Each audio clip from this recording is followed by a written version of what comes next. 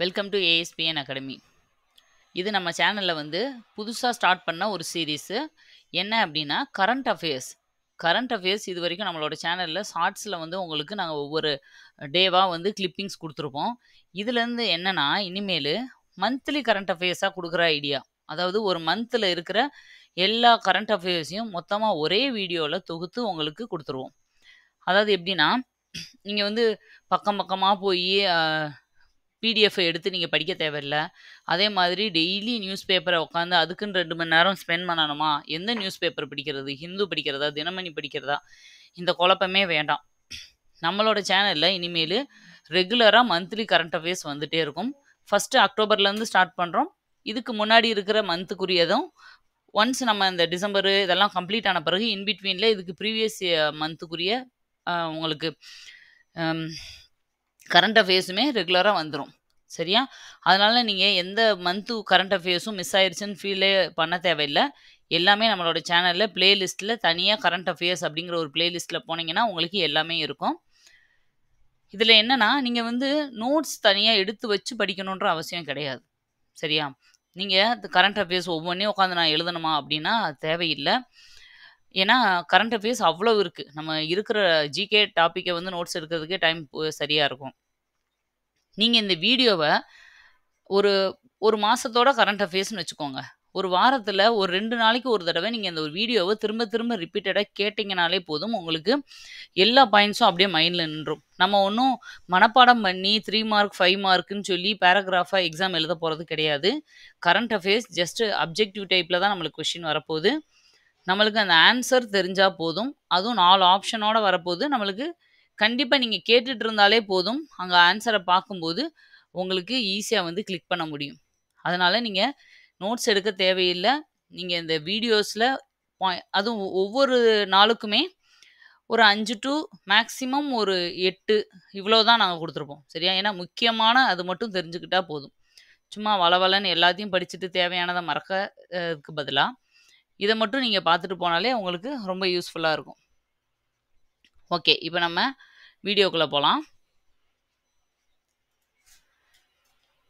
நாங்கள் வந்து டேட் வைஸாக கொடுத்துருவோம். அக்டோபர் 1, அக்டோபர் 2 அப்படின்னு. நீங்கள் படிக்கும்போது உங்களுக்கு அது யூஸ்ஃபுல்லாக இருக்கட்டுமே அப்படின்றதுக்காக. அக்டோபர் 1, எத்தனால் உற்பத்தி மற்றும் நுகர்வோர் நாடுகள் பட்டியலில் இந்தியா 3வது இடத்தை பிடித்துள்ளது.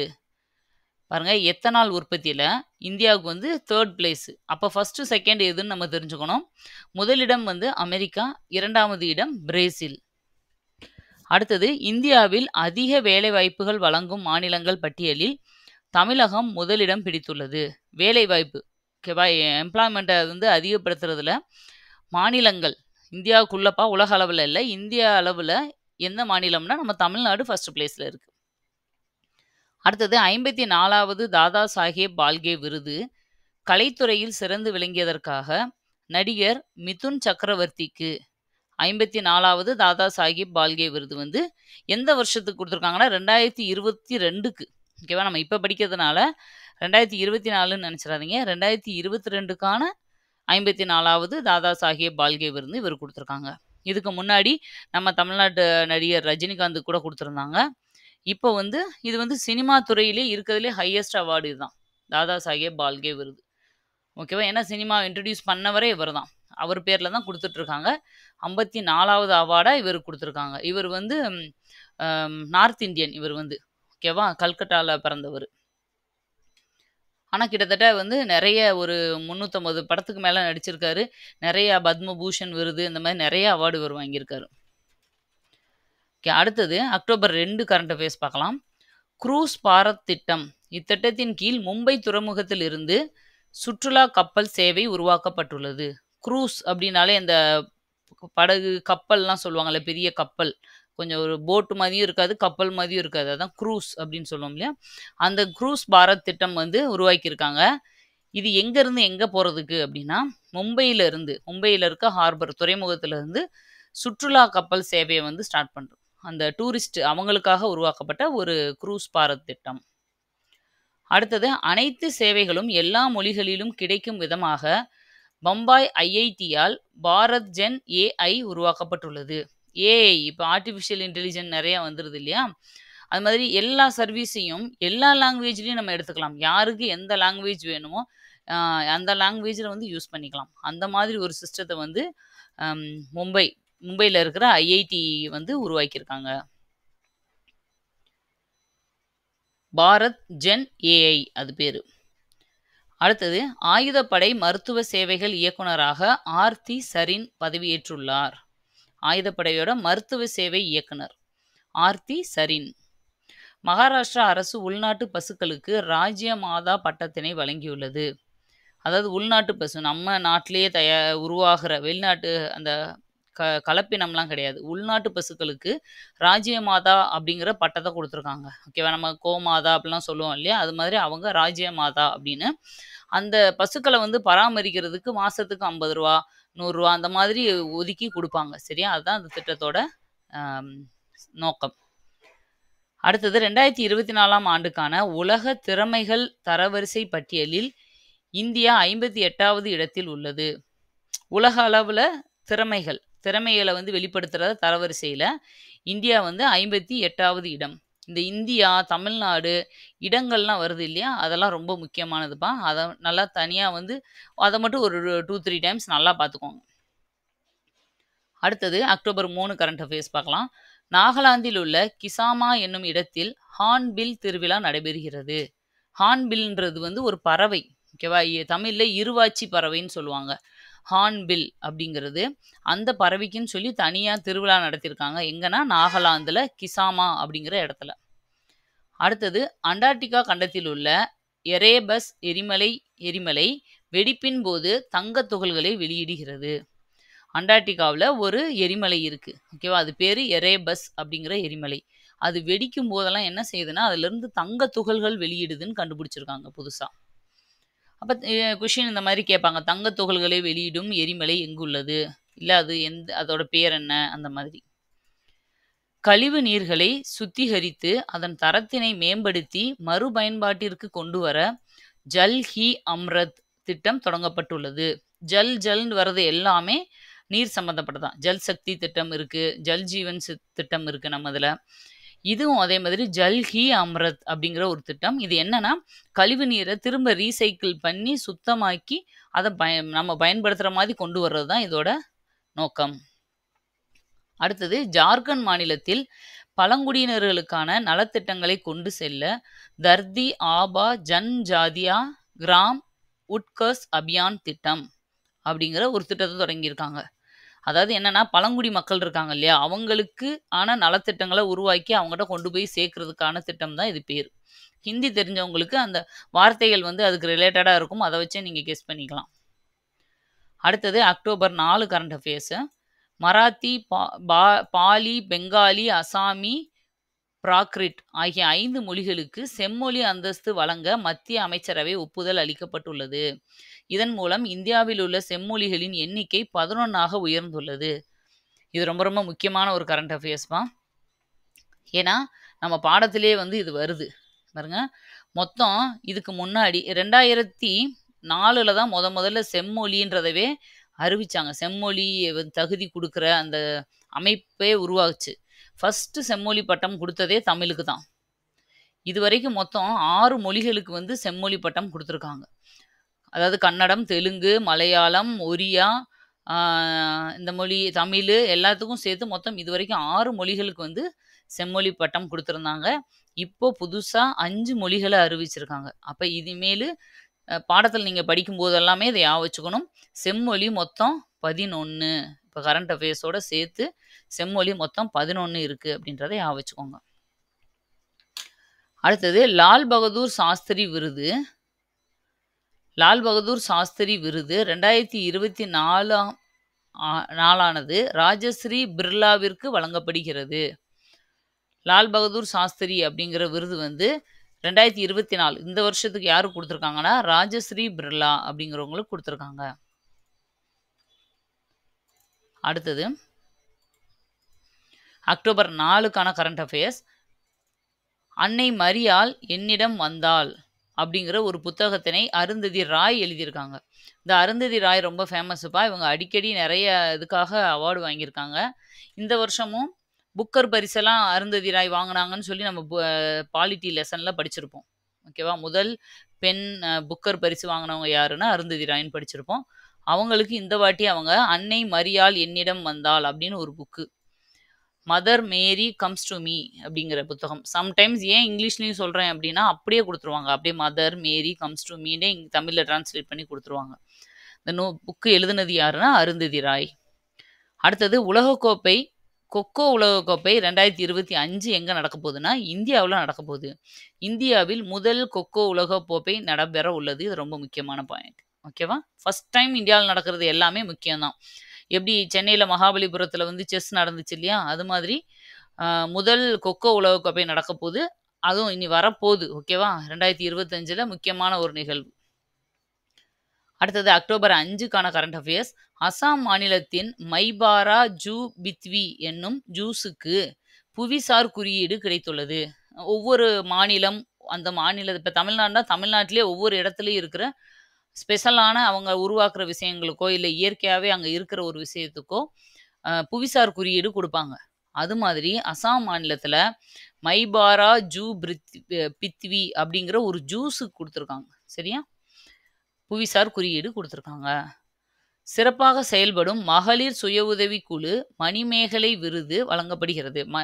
அதாவது சுய உதவிக் குழு இருக்கு இல்லையா?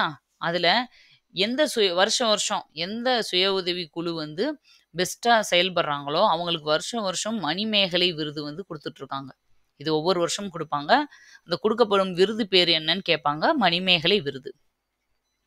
தமிழ்நாடு எஸ்சி, எஸ்டி ஆணையத்தின் தலைவராக தமிழ்வாணன் நியமிக்கப்பட்டுள்ளார்.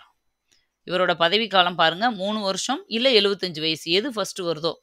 ஃபர்ஸ்ட் 75 வயசு அவருக்கு வந்துருச்சு அப்படின்னா, 2 வருஷத்திலே வந்துருச்சுனாலும் ரிட்டயர் ஆகணும். இல்ல 75 வயசு இன்னும் ஆகலன்னா 3 வருஷம் முடிஞ்ச பிறகு ரிட்டயர் ஆவார். அடுத்தது வெள்ளி கிரகத்தை ஆய்வு செய்ய வீனஸ் விண்கலம். பாருங்க வெள்ளி நம்ம ஒவ்வொரு கிரகத்துக்கும் தனித்தனியா அனுப்பிட்டு இருக்கோம்ல. சந்திரயான், சூரியனை ஆய்வு பண்ண ஆதித்யா. அது மாதிரி வெள்ளி கிரகத்துக்கு இது எந்த கிரகத்துக்குன்றது தான் முக்கியம். வெள்ளி கிரகத்துக்கு வந்து வீனஸ் விண்கலம் அப்படிங்கிற ஒரு விண்கலத்தை 28 மார்ச் 2028ல விண்வெளியிலே ஏவப்படும் என இஸ்ரோ தெரிவித்துள்ளது. நம்ம இஸ்ரோ வந்து பாருங்க டேட்டும் 28 வருஷமும் 28 அப்படியா வச்சுக்கோங்க. இதை அனுப்ப போறாங்க. இஸ்ரோவே சொல்லியிருக்காங்க. சரியா? நாங்க அனுப்ப போறோம் அப்படிங்கிறத. நெக்ஸ்ட்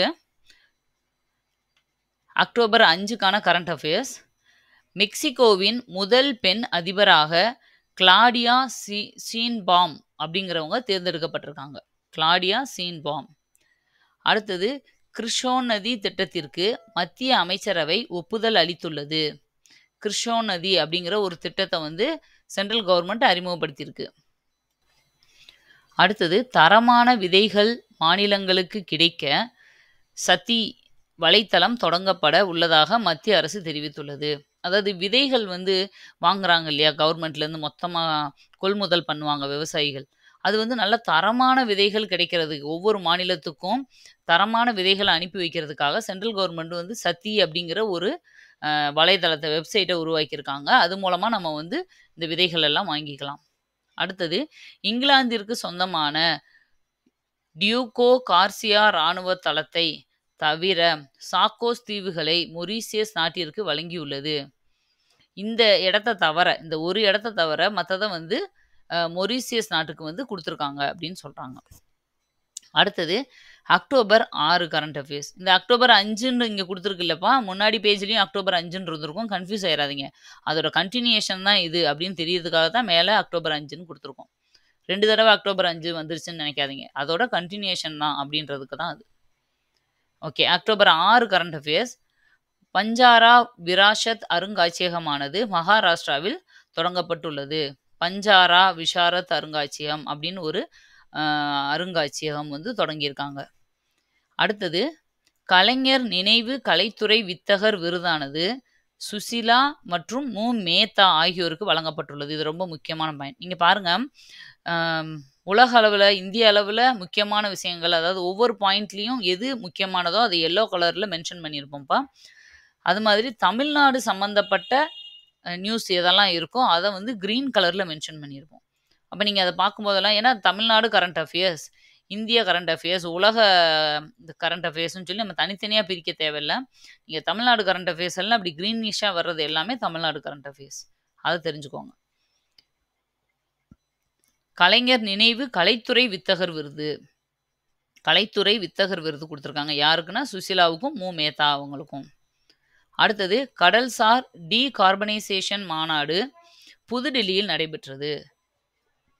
டீகார்பனைசேஷன் பண்ணணும், எல்லாத்தையும் கார்பன் வெளியீட வந்து குறைக்கணும்னு சொல்லி எல்லா இடத்துலயும் பேசிட்டு இருக்கோம். கடல் சம்பந்தப்பட்ட கடல்லயும் கார்பன் வெளியீடுகள வந்து குறைக்கணும் அப்படிங்கிறது சம்பந்தமா புதுடில்லியில வந்து ஒரு மாநாடு நடந்திருக்கு அப்படின்னு சொல்றாங்க. அடுத்த current affairs. India, America, Australia, Japan ஆகிய நாடுகள் இணைந்து நடத்தும் கடற்படை பயிற்சியான மலபார் பயிற்சி விசாகப்பட்டினத்தில் நடைபெற உள்ளது. பாருங்க, இது ரொம்ப முக்கியம். இந்த கூட்டு ராணுவ பயிற்சிகளுக்கெல்லாம் ஒவ்வொன்றுக்கும் ஒரு பேர் வச்சிருப்பாங்க. ஒவ்வொரு நாட்டு கூட நம்ம பண்ற ஒவ்வொரு ராணுவ பயிற்சிக்கும் ஒரு பேர் இருக்கும். அது எல்லாமே நீங்க தொகுத்து படிச்சுக்கணும். இந்தியா, அமெரிக்கா, ஆஸ்திரேலியா, ஜப்பான் இது எல்லாம் இணைஞ்சு நடத்துற ஒரு கடற்படை பயிற்சிக்கு பேர் தான் மலபார் கடற்படை பயிற்சி. மலபார்னு வர்றதுனால கேரளாலன்னு நினைச்சிடாதீங்க. நடக்கிற இடம் வந்து விசாகப்பட்டினத்துல நடக்குது. அடுத்தது அக்டோபர் 7 கரண்ட் அஃபேர்ஸ். ஒலியை விட 15 மடங்கு வேகமாக செல்லும் ஃபட்டா ஏவுகணையை ஈரான் சோதித்துள்ளது. பாருங்க, ஒலியோட வேகத்துக்கு ஈடா எதுவுமே போக முடியாதுன்னு ஒரு காலத்துல படிச்சுட்டு இருந்தோம். அப்புறம் ஒலிக்கு ஈக்குவலா போற அளவுக்கு கண்டுபிடிச்சிட்டாங்கன்னு பார்த்தோம். இப்ப அதை விட 15 மடங்கு வேகமா போற ஒரு ஏவுகணையே ஈரான் வந்து தயார் பண்ணி அதை சோதனையும் பண்ணியிருக்காங்க. அதுக்கு பேரு ஃபட்டா. அடுத்தது 4ஆம் தலைமுறை மிக குறுகிய தூர வான் பாதுகாப்பு அமைப்பினை DRDO உருவாக்கி உள்ளது. அதாவது 4ஆம் தலைமுறைனா 4G மிக குறுகிய தூர வான் பாதுகாப்பு அமைப்பு அப்படிங்கிற ஒரு அமைப்பை வந்து DRDO டிஃபென்ஸ் வந்து உருவாக்கியிருக்காங்க.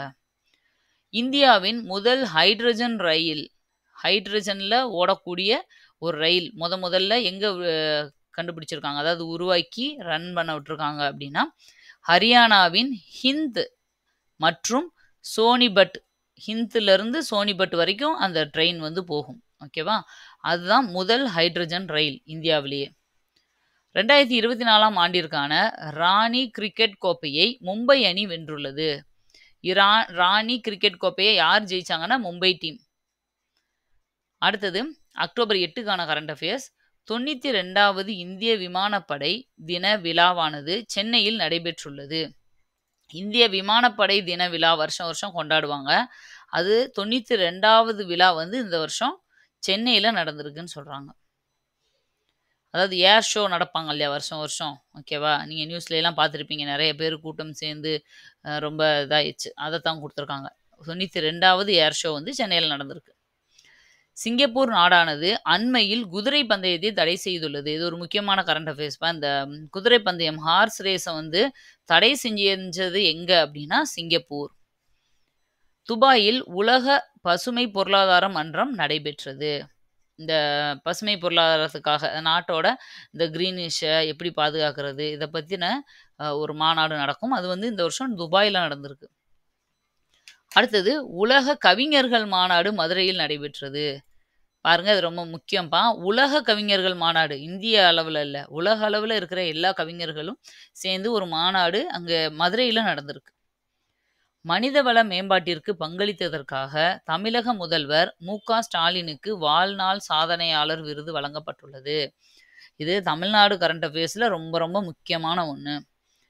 மனிதவள மேம்பாட்டுக்கு பங்களித்தது, அதாவது ஹியூமன் டெவலப்மெண்ட் சொல்லுவோம் இல்லையா? மனிதன்றதும் ஒரு வளம் தான். ஒரு நாட்டுக்கு மனிதர்கள் ஒரு வளம்.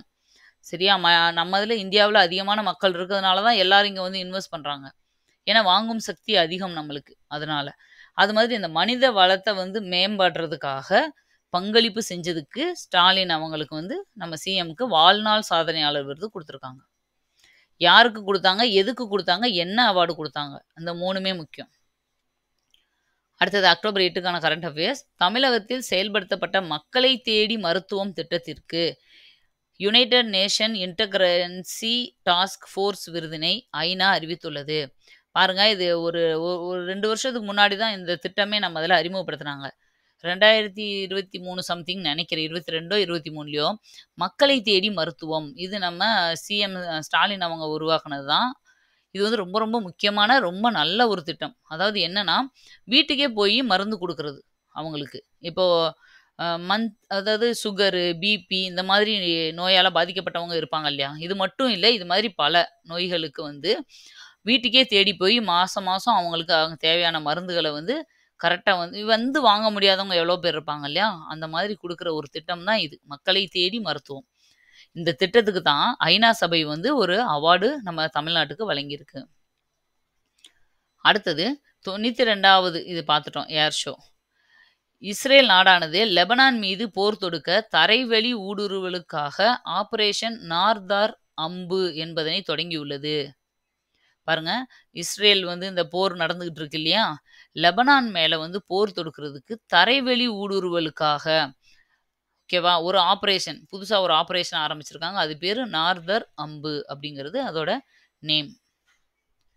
அடுத்தது மருத்துவத்திற்கான 2024ஆம் ஆண்டிற்கான நோபல் பரிசானது விக்டர் அம்ப்ரோஸ் மற்றும் கேரி குக்குன் ஆகியோருக்கு அறிவிக்கப்பட்டுள்ளது. நோபல் பரிசு எல்லாமே ரொம்ப முக்கியம்ப்பா. எல்லா துறைக்கான நோபல் பரிசும் நான் வரிசையா இதில சொல்லுவேன். அதெல்லாம் நீங்க வந்து நோட் பண்ணிக்கோங்க. இது வந்து மருத்துவத்துக்கான நோபல் பரிசு. 2 பேருக்கு. அம்ப்ரோஸ் மற்றும் கேரி குக்குன். அவங்க 2 பேருக்கும் குடுத்துருக்காங்க ஷேர் பண்ணி.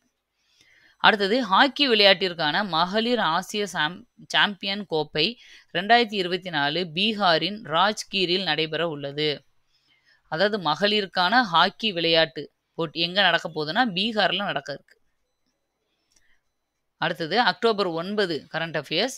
பிசிசிஐயின் ஊழல் தடுப்பு தலைவராக சரத்குமார் நியமிக்கப்பட்டுள்ளார். பிசிசிஐ அப்படின்னா என்னன்னா, board of control for cricket in India. ஓகேவா? Board of control for cricket in India. அந்த இந்தியன் கிரிக்கெட் போர்டு அந்த போர்ட் ஆஃப் கண்ட்ரோலுக்கு தான் ஊழல் தடுப்புக்கு தலைவரா. போர்ட் ஆஃப் கண்ட்ரோலுக்கே தலைவரா இல்ல. ஊழல் தடுப்பு பிரிவுல. ஏன்னா நெறைய காசு வாங்கிட்டு விளையாடுறாங்க அப்படின்னு சொல்லி கிரிக்கெட் மேல எப்பயுமே ஒரு குற்றச்சாட்டு இருக்கு இல்லையா? அத தடுக்கிறதுக்காக அதோட தலைவரா வந்து சரத்குமார் அப்படிங்கிற ஒருத்தர நியமிச்சிருக்காங்க. ஆக்டர் கிடையாது. இவர் வேற. சரியா? உலக சுகாதார அமைப்பின் 77வது தலைவராக ஜே.பி. நட்டா தேர்வாகி உள்ளார். WHO தலைவர், ஐநாவோட தலைவர்கள் இதெல்லாம் தெரிஞ்சுக்கணும். எக்ஸாம் போறதுக்கு முன்னாடி ஒரு தடவை மாத்திருக்காங்களா? அவங்களே இருக்காங்களா? அவங்க எத்தனாவது தலைவரா இருக்காங்க? அப்படிங்கிற மாதிரி நீங்க டீட்டெயிலா பார்த்துக்கணும். பாருங்க WHOட 77வது தலைவரா ஜே.பி. நட்டாவ தேர்ந்தெடுத்திருக்காங்க. அடுத்தது கொஸ்டின். நிலவின் துருவத்தை ஆராயும் சந்திரயான் 5 திட்டத்திற்கு லுபெக்ஸ் என பெயரிடப்பட்டுள்ளது. பாருங்க ரொம்ப முக்கியமானது. நம்ம சந்திரயான் 3 வரைக்கும் அனுப்பிட்டோம். 2 வந்து ஃபெயிலியர் ஆயிடுச்சு. 3 வந்து சக்சஸ் ஆயிருச்சு. ஓகேவா? அடுத்து சந்திரயான் 5 வரைக்கும் பிளான் இருக்கு. அந்த சந்திரயான் 5க்கு தான் லுபெக்ஸ் அப்படின்னு பேர் வச்சிருக்காங்க. LUPEX லுபெக்ஸ். இது வந்து அவங்க ISROயே சொல்லியிருப்பாங்க. ஓகேவா? நாங்க இந்த மாதிரி பேர் வச்சிருக்கோம். இத அனுப்ப போறோம் அப்படின்னு. அடுத்து அக்டோபர் 9 இந்தியாவின் ரூபே கார்டு மாலத்தீவுகளில் தொடங்கப்பட்டுள்ளது. அதாவது ரூபே கார்டு அப்படின்னா, நம்ம நார்மலா யூஸ் பண்றோம் இல்லையா? Credit card. அந்த மாதிரி ஒரு கார்டு. நம்ம வந்து அப்ளை பண்ணி யார் வேணாலும் அத வாங்கிக்கலாம். சரியா? அத ஏடிஎம் யூஸ் பண்ணலாம். நம்ம ஏதாவது பர்ச்சேஸ் பண்ற இடத்துல யூஸ் பண்ணலாம். இந்த மாதிரி நெறைய இதுக்கு வந்து நம்ம யூஸ் பண்ணிக்கலாம். அந்த மாதிரி கார்டு தான் அதுவும் ஒண்ணு. அந்த கார்ட வந்து நம்ம இந்தியாவுல உருவாக்குனது தான் அது. அத வந்து இப்போ மால்தீவ்ஸ் இருக்கு இல்லையா? அங்க வந்து அவங்களும் அத இன்ட்ரோடியூஸ் பண்ணியிருக்காங்கன்னு சொல்றாங்க. நிக்ஷய் போஜன் யோஜனா திட்டத்தின் கீழ் வழங்கப்படும் ஊட்டச்சத்து ஆதரவு தொகை ரூபாய் 500லிருந்து 1000ஆக உயர்த்தப்பட்டுள்ளது. நிக்ஷய் போஜன் யோஜனானா இந்த ரொம்ப ஊட்டச்சத்து குறைபாடு இருக்கிறவங்க, வறுமை கோட்டுக்கு கீழ இருக்கவங்க, அவங்களுக்கெல்லாம் என்னன்னா உடம்ப பார்த்துக்கிறதுக்காகவே ஓகேவா? அதுக்காக மட்டுமே மாசம் ஒரு ரூ. 500 ஒரு எல்லாருக்குமே இல்ல. அதுக்காக அப்ளை பண்ணவங்க, அது மாரி அதுல தேர்ந்தெடுக்கப்பட்டவங்களுக்கு மாசம் ரூ. 500 குடுத்துட்டு இருந்தாங்க இவ்வளோ நாளும். அத வந்து இப்போ ரூ. 1000 உயர்த்தியிருக்காங்க. அடுத்தது ஜெர்மனிக்கான இந்திய தூதராக அஜித் விநாயக் குப்தே நியமனம் செய்யப்பட்டுள்ளார். ஒவ்வொரு நாட்டுல இருந்தும் நம்ம தூதுவர் வந்து நியமிப்போம். இந்தியர்களுக்கான தூதர், அது மாரி வேற நாட்டுக்காரங்க நம்ம நாட்டுக்கும், நம்ம வந்து வேற நாட்டுக்கும் தூதுவர் நியமிப்போம். அது மாதிரி ஜெர்மனிக்கான இந்திய தூதர் யாருன்னா அஜித் விநாயக் குப்தே.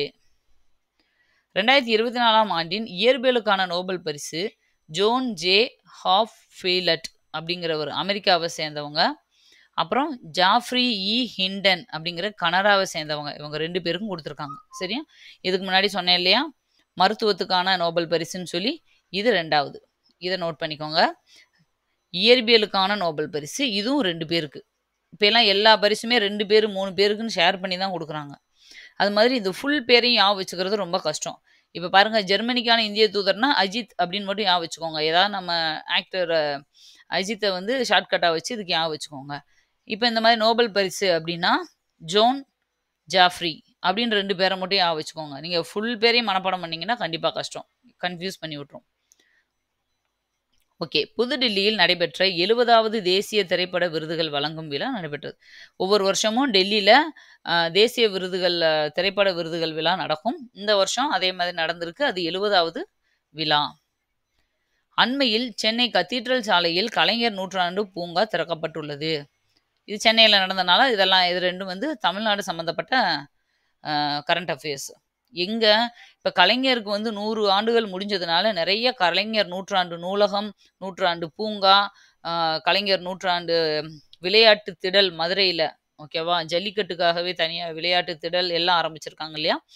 அது மாதிரி சென்னையில் கத்தீட்ரல் சாலையில் நூற்றாண்டு கலைஞர் நூற்றாண்டு பூங்கா பார்க்க ஆரம்பிச்சிருக்காங்க. அடுத்தது ராமநாதபுரம் தேவிப்பட்டினம் அருகில் பெருவயல் ரணபலி முருகன் கோவிலில் மாரவர்மன் சுந்தரபாண்டியன் கல்வெட்டு கண்டுபிடிக்கப்பட்டுள்ளது. பாருங்க, ஆர்கியாலஜி டிபார்ட்மெண்ட் சம்பந்தமாக வர விஷயங்களும் ரொம்ப முக்கியம். யாரோட கல்வெட்டு கிடைச்சதுன்னா மாரவர்மன் சுந்தரபாண்டியன். அதைத்தான் கேட்பாங்க. எந்த இடம்னு கேட்பாங்க. ராமநாதபுரம். இது 2 மட்டும் நீங்கள் தெரிஞ்சுக்கிட்டா போதும். அடுத்தது அக்டோபர் 11 செறிவூட்டப்பட்ட அரிசி திட்டமான பிரதான் மந்திரி கரீப் கல்யாண் அன்ன யோஜனா திட்டம் மேலும் 4 ஆண்டுகளுக்கு நீட்டித்து மத்திய அமைச்சரவை ஒப்புதல் அளித்துள்ளது. இது என்ன திட்டம் அப்படின்னா 2020 கவர்மெண்ட் கொண்டு வந்தது தான் இந்த கரீப் கல்யாண் அன்ன யோஜனா திட்டம். 2020 அதாவது 19 கொரோனா வந்துச்சு இல்லையா? அப்போ ரொம்ப மக்கள் எல்லாம் வந்து வேலையே செய்ய முடியலை, வெளியே போக முடியலை. அப்போ வந்து இந்த வறுமை கோட்டுக்கு கீழே இருக்கவங்களாம் ரொம்ப கஷ்டப்பட்டாங்க. அவங்களுக்கு டெய்லி சாப்பாடு கொடுக்கணும் அப்படின்றதுக்காக இந்த கரீப் கல்யாண் அன்ன யோஜனா திட்டம் அப்படிங்கிற ஒரு திட்டத்தை கொண்டு வந்தாங்க. இது எப்படி சொல்லுவாங்கன்னா PMGKAY அப்படின்னு சொல்லுவாங்க. ஏன்னா இப்படியே கொடுத்து இந்த திட்டம்னு கொடுப்பாங்க. இது என்னன்னா பிரைம் மினிஸ்டர், அதாவது பிரதான் மந்திரி கரீப் கல்யாண் அன்ன யோஜனா அப்படின்னு அர்த்தம். இந்த ஸ்கீம் வந்து ஒரு 4 வருஷத்துக்குன்னு சொல்லியிருந்தாங்க. 2020லேருந்து 2024 வரைக்கும் இப்போ ஓடிட்டு இருந்துச்சு. அதாவது 5 கிலோ பருப்பு கொடுக்கறது, அரிசி கொடுக்கறது, கோதுமை கொடுக்கறது, அந்த மாதிரி. இப்போ என்னன்னா திரும்ப இப்போ ஒரு தடவை எலெக்ஷன் வந்து திரும்ப ஜெயிச்சாங்க இல்லையா? அதனால இன்னொரு 4 வருஷத்துக்கு நாங்கள் அதை கொடுக்குறோம் அப்படின்னு சொல்லி அதை எக்ஸ்டெண்ட் பண்ணியிருக்காங்க. சமீபத்தில் காலமான ரத்தன் டாடா 2008 பத்ம விபூஷன் விருதினை பெற்றுள்ளார். ரத்தன் டாடா 2008 பத்ம விபூஷன் விருது வாங்கியிருக்காரு. அடுத்தது வெண்ணி காலடி, குயிலி, எத்தலப்பர் நாயக்கர் போன்றோருக்கு சிலை திறக்கப்பட்டுள்ளது. இவங்கெல்லாம் யாரு அப்படின்னா குயிலி நம்ம எல்லாருக்கும் தெரியும், ஓகேவா? யாரு குயிலி வந்து நம்ம பாடப்பகுதியிலே படிச்சிருப்போம். வேலு நாச்சியார் இருக்காங்க இல்லையா? அவங்களோட படைப்பிரிவில் இருந்த வேலு நாச்சியாரோட ஃப்ரெண்டு ப்ளஸ் அவங்களோட பெண்கள் படைப்பிரிவோட தலைவியாக இருந்தவங்க. பெண்கள் படையோட தலைவியாக இருந்தவங்க தான். அந்த பெண்கள் படைக்கு பேர் கூட உடையாள் அப்படிங்கிற பெண்கள் படை. உடையாள்ன்ற பெண்கள் படைக்கு தலைவியாக இருந்திருப்பாங்க. இவங்க என்ன ஸ்பெஷல் அப்படின்னா இவங்க வேலுநாச்சியார் திரும்ப அவங்களோட நாட்டை பிடிக்கிறதுக்காக அட்டாக் பண்ண போகும்போது அந்த ஆயுதக்கடங்க எதிரிகளோட ஆங்கிலேயரோட ஆயுதக்கடங்கை அழிச்சாதானே இவங்க ஜெயிக்க முடியும். அதுக்காக இவங்க என்ன பண்ணியிருப்பாங்கன்னா அவங்களோட உடம்புல தீ வச்சுக்கிட்டு அந்த ஆயுதக்கடங்களை குதிச்சிருப்பாங்க. சரியா? அவங்க உயிர் தியாகம் பண்ணவங்க. அதனால இவங்க சிறப்பு. அடுத்தது இந்த வெண்ணி காலடி அப்படிங்கிறது யாரு அப்படின்னா வெண்ணி காலாடி அப்படின்னு கூட சொல்றாங்க ஒரு சில இடத்துல. இவங்க யாருன்னா பூலித்தேவரோட படையில இருந்த ஒரு முக்கியமான படை தளபதி. பூலித்தேவரோட ஒரு முக்கிய படை தளபதியா இருந்தவர் தான் இவர். நம்ம பூலித்தேவரை பத்தியும் நிறைய படிச்சிருக்கோம், ஆனா இவரை பத்தி படிச்சதில்லை. இப்போ தெரிஞ்சுக்கோங்க, பூலித்தேவர்கிட்ட இருந்த ஒரு முக்கியமான படை தளபதி. கான் சாஹிப் அதாவது மருதநாயகம் வந்து பூலித்தேவரை பிடிக்கிறதுக்காக ஒரு இடத்துல கேம்ப் போட்டிருப்பாங்க இல்லையா? ஒரு இடத்துல பதுங்கி கொஞ்சம் கொஞ்சமா பனையூர், வாசுதேவநல்லூர் இது எல்லாத்தையும் பிடிச்சுக்கிட்டே வருவாரு ஒவ்வொரு கோட்டையா. அப்போ ஒரு இடத்துல அவங்க டென்ட் போட்டிருக்கும்போது, இந்த வெண்ணி காலனின்றவரு என்னன்னா போயி அவங்கள அட்டாக் பண்ணுவாரு. அந்த அட்டாக் பண்ணும்போது, அதுல வந்து அவரு வயிறு கிழிக்கப்பட்டு என்ன ஆயிரும்னா, குடலெல்லாம் வெளிய வந்துரும். அந்த அப்ப கூட அவரு அத வந்து பெருசா நினைக்காம, இவங்க தீட்டியிருக்க திட்டத்தெல்லாம் போயி பூலித்தேவர்கிட்ட சொல்லணும் அப்படின்றதுக்காக, இவரே அவரோட அந்த குடல் எல்லாம் எடுத்து வயித்துக்குள்ள வச்சுட்டு, தலையில கட்டியிருந்த துண்ட எடுத்து இடுப்புல கட்டிக்கிட்டு, குதிரையில ஏறி போயி பூலித்தேவர்கிட்ட விஷயத்தெல்லாம் சொல்லிட்டு, அவர் மடியிலேயே இறந்து போயிருவார். ஓகேவா? அந்த அளவுக்கு சின்சியரா இருந்த ஒருத்தர். அதனால அவர் பேர் சொல்லணும் அப்படிங்கிறதுக்காக அவருக்கு சிலை வச்சிருக்காங்க. அடுத்தது எத்தலப்ப நாயக்கர். இந்த எத்தலப்ப நாயக்கர் யாரு அப்படின்னா, உடுமலை உடுமலைன்னு ஊர் இருக்கு இல்லையா? அந்த உடுமலையில இருந்த ஒரு பாளையக்காரர். பாளையக்காரர் முறை தான் இருந்துச்சு இல்லையா? அதுல இருந்த ஒரு பாளையக்காரர் தான் இவர். தளி அப்படிங்கிற ஒரு பாளையம். தளி பாளையம். தளி அப்படிங்கிற ஒரு பாளையத்தோட பாளையக்காரரா இருந்தவர் தான் இந்த எத்தலப்பர் நாயக்கர். இவர் என்ன பண்ணார்னா, அந்த காலத்துல பிரிட்டிஷ் தான் இந்தியர்கள எதுக்கெடுத்தாலும் தூக்குல போடுவாங்க. ஆனா, இவரு ஒரு ஆங்கில ஒற்றர். ஆங்கில ஒற்றர தைரியமா தூக்குல போட்டுருக்காரு. ஓகேவா? யாருக்கும் பயப்படாம. ஆனா, அதுக்காக திரும்ப ஆங்கிலேயர் வந்து இவங்க எல்லாரையுமே அட்டாக் பண்ணி இவரையும் கொன்னுருவாங்க. அது வேற விஷயம். ஆனா, துணிஞ்சு பண்ணுனாரு இல்லையா? அதனால அவங்களோட வீரமெல்லாம் தெரியணுன்றதுக்காக, இவங்க 3 பேருக்கும் சிலை வச்சிருக்காங்க. இது ரொம்ப முக்கியமான கரண்ட் அஃபேர்ஸ். அடுத்தது, இலக்கியத்திற்கான 2024ஆம் ஆண்டிற்கான நோபல் பரிசு தென் கொரியாவை சேர்ந்த ஹான் காங் என்பவருக்கு அறிவிக்கப்பட்டுள்ளது. அதாவது இலக்கியத்திற்கான நோபல் பரிசு சரியா? நோபல் பரிசு ஒவ்வொன்றா பார்க்குறோம் இல்லையா? அதுமாதிரி லிட்ரேச்சர் இலக்கியத்துக்கான நோபல் பரிசு யாருக்கு கொடுத்தாங்கன்னா தென் கொரியாவை சேர்ந்த ஹான் காங் அப்படிங்கிற ஒருத்தருக்கு. அடுத்தது பூமியில் உள்ள 14 சிகரங்களையும் நேபாளத்தைச் சேர்ந்த நிமா ரிஞ்சி ஷெர்பா அப்படிங்கிறவங்க ஏறி முடித்துள்ளார். எல்லா சிகரத்திலையும் ஏறி இறங்கியிருக்காங்க. சரியா? மொத்தம் பூமியில உலக அளவுல சரியா? உலக அளவுல 14 சிகரம் இருக்கு. அதுல 9 சிகரம் நம்ம இந்தியாவிலேயே இருக்குன்னு நம்ம படிச்சிருக்கோம். ஓகேவா? இமயமலையில இந்தியாவிலேயே இருக்கு 9 சிகரம். மொத்தம் 14ல. இந்த 14 சிகரத்துமே ஏறி இறங்கியிருக்காங்க. யாருன்னா நம்ம நேபாளத்த சேர்ந்தவங்க. நம்ம பக்கத்துல. ஓகேவா? இது ஒரு சிறப்பு.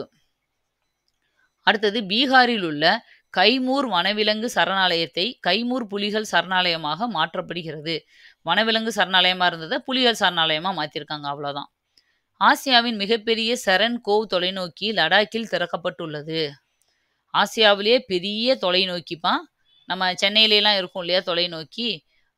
அது காவலூர் தொலைநோக்கி இப்படிலாம் சொல்லுவோம்ல. அது மாதிரி ஆசியாவிலே மிகப்பெரிய தொலைநோக்கி எதுனா செரன் கோவ் தொலைநோக்கி. இது எங்க ஆரம்பிச்சிருக்காங்கன்னா லடாக்ல உருவாக்கி திறந்திருக்காங்க. அடுத்தது குஜராத்தின் ஹஜ் பகுதியில் காரக்கல் இனப்பெருக்க மையம் மற்றும் பாதுகாப்பு மையம் திறக்கப்பட உள்ளது. காரக்கல் அப்படின்னா என்னன்னா பாருங்க இங்கிலீஷ்ல எப்படி சொல்லுவாங்கன்னா CARACAL காரக்கல் அப்படின்னா இது வந்து ஒரு காட்டு பூனை வகையை சேர்ந்தது. காட்டு பூனை தான்.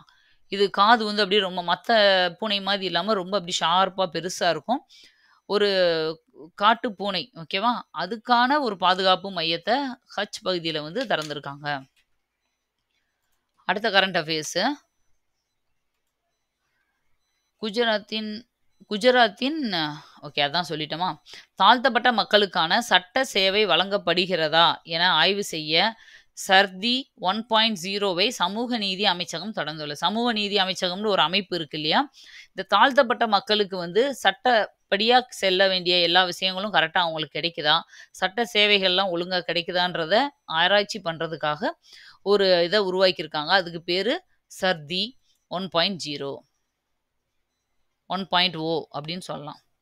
அக்டோபர் 12க்கான கரண்ட் அஃபேர்ஸ் தூய்மை நகரங்கள் பட்டியலில் சென்னை 199வது இடம் பெற்றுள்ளது. பாருங்க தூய்மை லிஸ்ட்ல நம்ம கிட்டத்தட்ட 200வது இடத்துல இருக்கோம். 199வது இடத்துல இருக்கோம். இது ஒரு கொஞ்சம் மோசமான இடம்ன்றனால இந்த கொஸ்டினை கேட்க மாட்டாங்கன்னு நினைக்கிறேன். இருந்தாலும் பார்த்துக்கோங்க.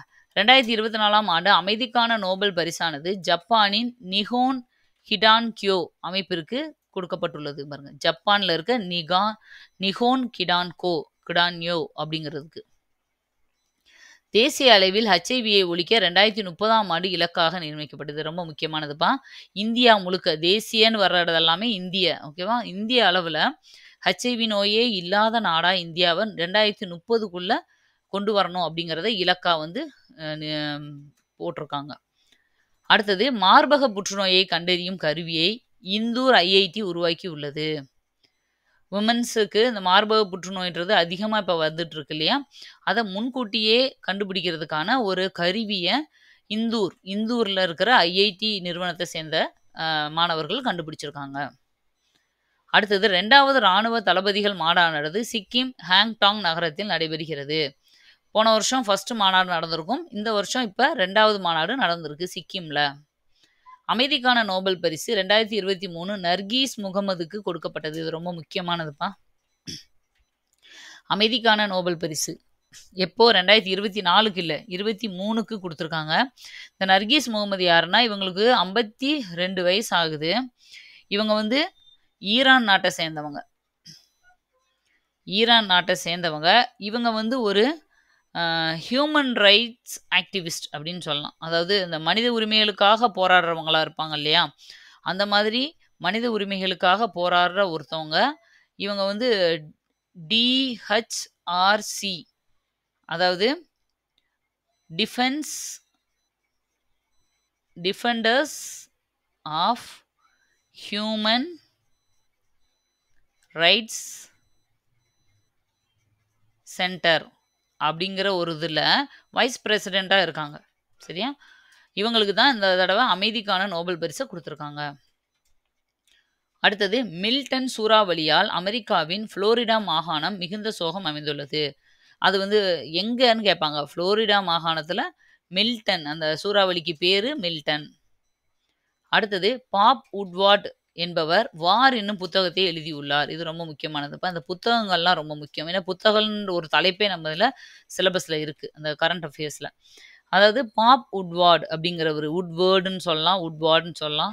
இவர் வந்து வார், அதாவது இந்த போர் நடக்குது இல்லையா, அதோட நிகழ்வுகளை வந்து ஒரு கதையாக வந்து எழுதியிருக்காரு. அந்த புத்தகத்தின் பேர் தான் வார்.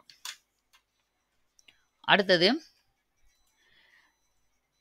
அக்டோபர் 13 ஆசிய மனித வள மேம்பாட்டு வாழ்நாள் சாதனையாளர் விருதான தமிழக முதல்வர், ஆல்ரெடி இது பார்த்துட்டோம், மு.க. ஸ்டாலினுக்கு கொடுத்துருக்காங்க அப்படின்னு. உலகின் 6வது மலையான சோ-ஓயு மலையின் சிகரத்தை அடைந்த முதல் இந்திய பெண் என்ற பெருமையை ஷீதல் ராஜ் அடைந்துள்ளார். உலகத்திலே மிகப்பெரிய மலைகள் இருக்குல்ல, அதில் 6வது மலை எதுனா சோ-ஓயு அப்படிங்கிற மலை. அந்த மலையோட சிகரத்தை அடைஞ்ச இந்திய பெண் யாருன்னா ஷீதல் ராஜ் அப்படிங்கிறவங்க. அடுத்தது உலகளாவிய பட்டினி குறியீடு பட்டியலில் 27.3 புள்ளிகளுடன் இந்தியாவிற்கு 105வது இடம் கிடைத்துள்ளது. பட்டினி குறியீட்டில் நம்ம 105வது இடத்துல இருக்கோம். ஓகேவா? ரொம்ப மோசமான நிலைமை தான். அடுத்தது யூனிசெஃப்க்கு ஆரோக்கியம் மற்றும் ஊட்டச்சத்து ஆதரவை வழங்கும் 3வது பெரிய நாடாக இந்தியா உள்ளது. யூனிசெஃப் அப்படிங்கிறது இந்த குழந்தைகளுக்கான அமைப்பு, குழந்தைகளோட ஆரோக்கியம் பாதுகாப்புக்கான உருவாக்கப்பட்ட ஒரு அமைப்பு.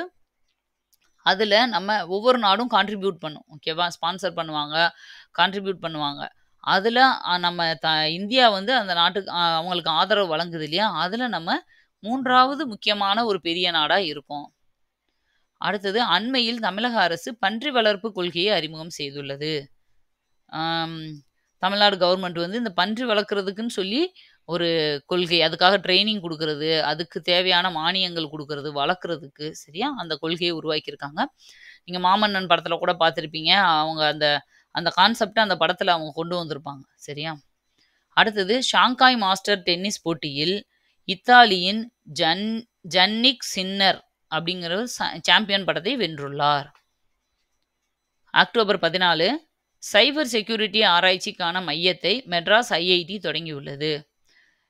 சைபர் கிரைம்லாம் இருக்கு இல்லையா, அதோட பாதுகாப்பு, அந்த ஆன்லைன் இன்டர்நெட்டு இதில் உருவாகிற கிரைமுக்கு எதிரான பாதுகாப்பு, அந்த மையத்தை வந்து சென்னை ஐஐடி வந்து உருவாக்கியிருக்காங்க. பொருளாதாரத்திற்கான நோபல் பரிசு 2024 டாரன் அசாமோக்லு, சைமன் ஜான்சன், ஜேம்ஸ் ராபின்சன் ஆகியோருக்கு அறிவிக்கப்பட்டுள்ளது. அதாவது அ இதுவும் ரொம்ப முக்கியமானதுப்பா. நான் சொன்னேன்ல நோபல் பரிசு எல்லாமே முக்கியமானது. இவங்களுக்கு பொருளாதாரத்துக்கான நோபல் பரிசு கிடைச்சிருக்கு. 2024 3 பேருக்கு கிடைச்சிருக்கு. இதுக்கு முன்னாடி எல்லாம் 2, 2 ஷேர் பண்ணியிருந்தாங்க. இது வந்து 3 பேருக்கு. இவங்க எத பத்தி ரிசர்ச் பண்ணாங்க அப்டின்னா, ஒரு நாட்டின் பொருளாதாரத்தை நிறுவனங்கள் எவ்வாறு பாதிக்கின்றன? அப்டிங்கிற ஒரு தலைப்புல. ஒரு நிறுவனம் எவ்வளவோ நிறுவனங்கள் இருக்கு இல்லையா? அந்த நிறுவனங்கள் அந்த ஒரு நாட்டோட பொருளாதாரத்த எப்படி தீர்மானிக்குது? ஓகேவா? How institutions affect a countries economic prosperity அப்படிங்கிறதுல இவங்க வந்து ரிசர்ச் பண்ணி அத வந்து சப்மிட் பண்ணாங்க. அதுக்காக தான் அவங்களுக்கு வந்து பொருளாதாரத்திற்கான அவார்டு கிடைச்சிருக்கு. அடுத்தது திருப்பத்தூர் மாவட்டம் பெருமாள் கோவில் வட்டம் என்னும் இடத்தில் 600 ஆண்டுகளுக்கு முற்பட்ட நடுகள் கண்டுபிடிக்கப்பட்டுள்ளது. இது ஆர்க்கியாலஜி டிபார்ட்மெண்ட் சம்மந்தப்பட்டதுனால இதுவும் முக்கியம் தான். 600 ஆண்டுகளுக்கு முற்பட்ட நடுகள். நடுகள்னா என்னன்னு நமக்கு தெரியும். அந்த காலத்துல உயிரிழந்த ஏதாவது ஒரு வீரருக்கு ஞாபகார்த்தமா வைக்கிறதுக்கு பேர் தான் நடுகள். ஹீரோ ஸ்டோன் அப்படின்னு சொல்லுவாங்க. அது வந்து கிடைச்சிருக்கு. 600 வருஷத்துக்கு முன்னாடி யாரோ வச்சது கிடைச்சிருக்கு. அடுத்தது அக்டோபர் 15க்கான கரண்ட் அஃபேர்ஸ். ஜம்மு காஷ்மீரில் கடந்த 5 ஆண்டு காலமாக செயல்பட்டு வந்த குடியரசுத் தலைவர் ஆட்சியை திரும்ப பெறுவதாக குடியரசுத் தலைவர் திரௌபதி முர்மு தெரிவித்துள்ளார். இது ரொம்ப முக்கியம். அதாவது இந்த கரண்ட் அஃபேர்ஸ் முக்கியம்னா, இது சம்மந்தப்பட்ட விஷயங்கள் முக்கியம். அதாவது ஜம்மு காஷ்மீருக்கு ஸ்பெஷல் அந்தஸ்து. முதல்ல அம்பேத்கர் வந்து அ சட்ட வரைவு எழுதும்போது இந்த ஸ்பெஷல் அந்தஸ்த பத்தியெல்லாம் எழுதல. 1957ல அத வந்து நம்ம இந்தியாவோட இணைக்கும்போது வல்லபாய் பட்டேல் இருக்காரு இல்லையா? அவர் தான் ஸ்பெஷல் பெர்மிஷன் குடுத்து, ஆஃபர் மாரி குடுத்து, ஆர்டிகிள் 370 அப்படிங்கிற ஒரு சிறப்பு உரிமைய குடுத்து வச்சிருந்தார். சிறப்புரிமை குடுத்து ஜம்மு காஷ்மீருக்கு வச்சிருந்தாங்க. அதாவது மத்த ஸ்டேட் மாரி அது இருக்காது. அதுக்குன்னு ஒரு சில தனி கொடி இருக்கும். தனி தேசிய கீதம் இருக்கும். அவங்கள்ல சொத்து விஷயங்கள் வந்து வேற மாரி இருக்கும். அப்படியெல்லாம் இருந்துச்சு. ஆனா, அத 2019ல மோடி கவர்மெண்ட் வந்து கேன்சல் பண்ணிருச்சு. கேன்சல் பண்ணிட்டு இப்போ மத்த ஸ்டேட் மாரி ஜம்மு காஷ்மீரும் ஒரு சாதாரண ஸ்டேட் தான். அப்ப என்ன ஆச்சுன்னா, அங்க இருக்க மக்கள் அத ஏத்துக்க மாட்டேன்ட்டாங்க. பெரிய கலவரம், பிரச்சனைகள் வந்துச்சு. அப்போ நமக்கு தான் தெரியும்ல, தேசிய அவசர நிலை ஆர்டிகிள் 352 தேசிய அவசர நிலைப்படி குடியரசுத் தலைவரோட ஆட்சிய வந்து நியமிக்கலாம். டைரக்ட்டா வந்து அங்க சிஎம்மோ யாரும் இருக்க மாட்டாங்க. டைரக்ட்டா குடியரசுத் தலைவர் வந்து அந்த ஸ்டேட்ட வந்து கண்ட்ரோல்ல எடுத்துக்கிருவாரு. அவரு தான் வந்து எல்லா முடிவும் எடுப்பாங்க. அப்படிதான் அப்ப இருந்து இருந்துச்சு. இப்ப 5 வருஷம் முடிஞ்சிருச்சு இல்லையா? முடிஞ்சதுக்கு அப்புறம் ஏன்னா மேக்ஸிமம் வந்து ஒரு குறிப்பிட்ட நாள் வரைக்கும் தான் குடியரசுத் தலைவர் ஆட்சி இருக்கணும். இப்ப 5 வருஷமா இருந்துட்டதுனால போதும்னு சொல்லிட்டு, அந்த குடியரசுத் தலைவர் ஆட்சிய திரும்ப நாங்க எடுத்துக்கிறோம். அப்படின்னு சொல்லி திரௌபதி முர்மு நம்ம குடியரசுத் தலைவர் சொல்லியிருக்காங்க. தோல் பொருட்களின் தரத்தினை உறுதி செய்ய லெதர் மார்க் சான்றிதழை CLRI அறிமுகம் செய்துள்ளது. இந்த லெதருக்குன்னு சொல்லி இருக்கும் இல்லையா அமைப்பு, லெதர் பொருட்கள் தயாரிக்கிறது. அதுக்கு பேர் தான் CLRI. அதாவது சென்ட்ரல் லெதர் ரிசர்ச் இன்ஸ்டிடியூட். அதுக்கு பேர் தான் வந்து இது CLRI.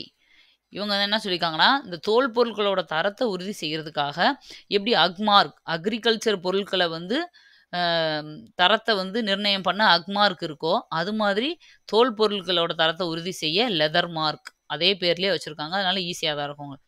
லெதர் மார்க் அப்படிங்கிற ஒரு சான்றிதழ வந்து அறிவிச்சிருக்காங்க. குஜராத்தில் உள்ள சர்தார் வல்லபாய் பட்டேல் விமான நிலையம் ஆற்றல் திறனுக்கான பிளாட்டினம் விருதினை பெற்றுள்ளது. அதாவது சிறந்த ஆற்றல் திறனுக்கான பிளாட்டினம் விருது அவங்களுக்கு அந்த விமான நிலையத்துக்கு குடுத்துருக்காங்க. இந்தியா டிஜிட்டல் வேளாண் மாநாடு 2024 புதுடில்லியில் நடைபெற்றது. ஆன்லைன்ல கான்ஃபரன்ஸ் நடக்கும் இல்லையா? டிஜிட்டல் மாநாடு, வேளாண் சம்பந்தப்பட்ட மாநாடு டெல்லியில நடந்திருக்கு. சர்வதேச T20 போட்டிகளில் சதம் அடித்த முதல் இந்திய கிரிக்கெட் விக்கெட் கீப்பர். ஓகேவா? அடிச்ச முதல் விக்கெட் கீப்பர் யாரு அப்படின்னா, சஞ்சு சாம்சன் அப்படிங்கிறவங்க. அடுத்தது வூஹான் ஓபன் டென்னிஸ் போட்டியில் பெண்கள் பிரிவில் அரீனா சபலெங்கா சாம்பியன் பட்டத்தை வென்றுள்ளார். வூஹான் நம்ம கூட சொல்லிட்டே இருந்தோம்ல, கொரோனா அங்க இருந்து தான் வந்துச்சுன்னு. அங்க நடந்த ஒரு ஓபன் டென்னிஸ் போட்டியில பெண்கள் பிரிவில் அரீனா சபலெங்கா அப்படிங்கிறவங்க சாம்பியன் பட்டம் வாங்கியிருக்காங்க. அடுத்த கரண்ட் அஃபேர்ஸ் பார்க்கலாம். அக்டோபர் 16 மகாராஷ்டிராவில் உள்ள திறன் பல்கலைக்கழகத்திற்கு ரத்தன் டாடா பெயரை மகாராஷ்டிரா அரசு சூட்டியுள்ளது. ரத்தன் டாட்டா இறந்து போயிட்டார் இல்லையா? அப்போ ஞாபகார்த்தமா மகாராஷ்டிரால ஒரு பல்கலைக்கழகத்துக்கு அவர் பேர் வச்சிருக்காங்க. சீனாவில் உள்ள ஷிஷாபங்கா மலையை ஏறிய முதல் இந்தியர் என்ற பெருமையை அர்ஜுன் வாஜ்பாய் படைத்துள்ளார். ஷிஷாபங்கா மலை அப்படிங்கிறது எங்க இருக்குன்னு கேட்பாங்க. சீனாவில். அதுல ஏறின முதல் இந்தியர், சீனாக்காரர் கிடையாது, இந்தியர் யாருன்னா அர்ஜுன் வாஜ்பாய். தெலுங்கானாவில் சாதிவாரி கணக்கெடுப்பு நடத்தப்பட உள்ளது. நம்ம அதில் வந்து சாதிவாரி கணக்கெடுப்பு நடத்தக்கூடாதுன்னு நிறைய பிரச்சனை நடந்துச்சு. இருந்தாலும் அதையும் மீறி தெலுங்கானாவில் சாதிவாரி கணக்கெடுப்பை பண்ண போகிறாங்க. இந்திய அளவில் கிக் தொழிலாளர்களுக்கான சட்டத்தினை மத்திய அரசு உருவாக்கி வருகிறது. இது கிக் தொழிலாளர்கள்னா யாருன்னா, ஒரு வேலை பார்த்துட்டு இருக்கும்போதே சைடில் வேறையும் பார்ட் டைமாக பண்ணிக்கிட்டே இருப்பாங்க இல்லையா? இந்த ஜொமேட்டோ இதில் பண்ணுவாங்க. அந்த மாதிரி பண்ணுறவங்கள தான் கிக் தொழிலாளர்கள்னு சொல்லுவாங்க. அவங்களுக்குன்னு நிறைய ரூல்ஸ் அண்ட் ரெகுலேஷன்ஸ் இருக்குது. ஓகேவா? இப்படி தான் இருக்கணும் இந்த மாதிரி. அதை வந்து சென்ட்ரல் கவர்மெண்ட் உருவாக்கியிருக்காங்க. அந்த அவங்களுக்கான ஒரு சட்டத்தை. ஏன்னா அந்த மாதிரி வேலைகள் இப்போ அதிகமாக உருவாகிட்டு வர்றதுனால. அடுத்தது புதுப்பிக்கத்தக்க எரிசக்தி உற்பத்தி பட்டியலில் ராஜஸ்தான் முதலிடம் பிடித்துள்ளது. அதாவது ரினியூவபிள் சோர்சஸ் சொல்கிறோம்ல, ரினியூவபிள் எனர்ஜிஸ், அந்த அதை அதிகமாக உற்பத்தி பண்ணுறதுல ராஜஸ்தான் வந்து ஃபர்ஸ்ட் பிளேஸில் இருக்குது. ஏன்னா ராஜஸ்தான் வெயில் ஜாஸ்தி இல்லை, அதனால சோலார் எனர்ஜி அதிகமாக அங்கே கிடைக்குதுன்னு நினைக்கிறேன். ஓகே. கங்கா, பிரம்மபுத்திரா, சிந்து நதிகளில் உள்ள நீர் டால்ஃபின்களை இந்தியா கணக்கெடுப்பு நடத்தியுள்ளது. டால்ஃபின் வந்து கங்கா, பிரம்மபுத்திரா, சிந்து இந்த மூணுலேயும் எவ்வளவு இந்த வாட்டர் டால்ஃபின் சொல்லுவோம் இல்லையா, அது இருக்கு. C dolphin. ஏன் டால்ஃபினுக்கும் நம்மளுக்கும் என்ன ஒரு இது இருக்கு, லிங்க் இருக்கு? நம்ம இந்தியாவில் வந்து நம்ம டால்ஃபினை வந்து ஒரு தேசிய விலங்கா, அதாவது நீர் விலங்கா எடுத்திருக்கோம் நம்ம. எப்போ? 2010ல் ஆற்று ஓங்கில் அப்படின்னு சொல்லுவோம். ஓகேவா? அதுதான் டால்ஃபின். டால்ஃபினையும் அதே 2010ல் வந்து யானை, இது ரெண்டையுமே நம்ம வந்து தேசிய விலங்கா எடுத்திருக்கோம். ஓகேவா? அதனால டால்ஃபினை பற்றின நியூஸ் வந்து முக்கியமானது தான். தேசிய நீர் விருதுகளில் சிறந்த மாநில விருதானது ஒடிசாவிற்கு கிடைத்துள்ளது. நீர் சம்பந்தப்பட்ட விஷயங்கள், அதாவது நீர் வாட்டர் மேனேஜ்மெண்ட் இருக்குல்ல, அதை வந்து ஒழுங்காக மேனேஜ் பண்ணுறவங்கன்னு சொல்லி கொடுப்பாங்க. அதில் இந்த வருஷம் வந்து ஒடிசாவுக்கு கொடுத்துருக்காங்க. பயோ சிஎன்ஜி ஆலையுடன் கூடிய இந்தியாவின் முதல் நவீன கோஸ் ஆலை மத்திய பிரதேசத்தில் தொடங்கப்பட்டுள்ளது. பயோ சிஎன்சின்றது நம்ம பயோ கேஸ், அதாவது கம்ப்ரஸ் நேச்சுரல் கேஸ்ன்னு சொல்கிறோம்ல, அதோட கூடிய ஒரு கோஸ் ஆலையை வந்து நிறுவிக்கிருக்காங்க. அடுத்தது சோம்நாத் ஐஏஎஃப் உலக விண்வெளி விருதானது. யாரு சோம்நாத்? நம்ம ஐஎஸ்ஆர்ஓவோட தலைவர் சோம்நாத். ஐஏஎஃப் உலக விண்வெளி விருதானது சந்திரயான் 3 திட்டத்தினை சிறப்பாக செயல்படுத்தியதற்காக வழங்கப்பட்டுள்ளது. சந்திரயான் 2 வந்து இருக்கும்போது, சந்திரயான் 2 வந்து யார் அனுப்புனா? சிவன், நம்ம தமிழ்நாட்டை சேர்ந்தவர். அவர் தான் இப்போ வந்து ஐஎஸ்ஆர்ஓ தலைவராக இருந்தார். ஆனால் அது ஃபெயில்டு ஆயிடுச்சு. ஓகேவா? ஃபெயிலியர் ஆயிடுச்சு. அடுத்தது சந்திரயான் 3 வந்து அனுப்புனவர் தான் சோம்நாத். இவருக்கு தான் இப்போ இந்த ஐஏஎஃப் அப்படிங்கிற விருது கொடுத்துருக்காங்க. ஐஏஎஃப்னா என்னன்னா இந்தியன் ஏர்ஃபோர்ஸ் அப்படிங்கிறது. ஏர்ஃபோர்ஸ் சம்மந்தப்பட்டது தானே, அந்த ஏர்ஃபோர்ஸ் விருது வந்து அவருக்கு கொடுத்துருக்காங்க சோம்நாத்துக்கு. இது ரொம்ப முக்கியமானதுப்பா. நம்ம அதேமாதிரி சந்திரயான் 5க்கு என்ன பேருன்னு படித்தோம், அதையும் வச்சுக்கோங்க. அடுத்தது உலகின் மிகவும் சக்தி வாய்ந்த பெண் என்ற பெருமையை மேரி ஃபரா பெற்றுள்ளார். இது ரொம்ப முக்கியமானது. உலகத்திலேயே மிகவும் சக்தி வாய்ந்த பெண். ஓகேவா? ஒவ்வொரு வருஷமும் உலகின் சக்தி வாய்ந்த 100 பெண்கள்னு சொல்லி லிஸ்ட் வெளியிடுவாங்க. லாஸ்ட் இயர் நம்ம நிதியமைச்சர் சீதாராம் அவங்க பேர் கூட அதில் இருந்துச்சு. இந்தியாவை சேர்ந்த 4 பெண்கள் பேர் அதில் இருந்துச்சு லாஸ்ட் இயர். இப்போ இதில் என்ன கொடுத்துருக்காங்கன்னா, உலகின் மிகவும் சக்தி வாய்ந்த பெண் அப்படின்ற பெருமையை மேரி ஃபெரா அப்படிங்கிறவங்களுக்கு கொடுத்துருக்காங்க. இந்த மேரி ஃபெரா யாரு அப்படின்னா, ஜென்ரல் மோட்டார்ஸ் அப்படின்னு சொல்லுவாங்க இல்லையா, அந்த ஜென்ரல் மோட்டார்ஸ்ன்ற கம்பெனியோட சிஇஓ, மோட்டார்ஸ் கம்பெனியோட முதல் பெண் சிஇஓ. 10 வருஷத்துக்கு முன்னாடியே இவங்க அங்கே வந்து ஜாயின் பண்ணிட்டாங்க. கொஞ்சம் கொஞ்சமாக படிப்படியாக இப்போ சிஇஓ ஆயிட்டாங்க அந்த பெரிய மோட்டார்ஸுக்கேவும். அதனால சக்தி வாய்ந்த பெண்கள், அறிவாளி பெண்கள்ன்ற அந்த மீனிங்கில் இல்லை, சக்தி வாய்ந்தவங்க, திறமையானவங்க, ஸ்ட்ராங்கான பர்சன் அப்படின்றதுல அவங்களுக்கு கொடுத்துருக்காங்க. அடுத்தது அக்டோபர் 17 அமெரிக்காவிற்கு சொந்தமான தாட் ஏவுகணையானது இஸ்ரேலுக்கு வழங்கப்பட்டுள்ளது. அமெரிக்கா இஸ்ரேலுக்கு சப்போர்ட் பண்ணிட்டு இருக்கு இல்லையா, அந்த ஹெல்ப் பண்ணுறதுக்காக தாட் அப்படிங்கிற ஒரு ஏவுகணையை கொடுத்துருக்காங்க. அண்மையில் நாசா அமைப்பானது வியாழன் கோளை சுற்றி வரும் யூரோப்பா கிளிப்பர் என்னும் நிலவினை ஆய்வுகளை மேற்கொள்ள விண்கலம் ஒன்றை விண்ணில் செலுத்தியுள்ளது.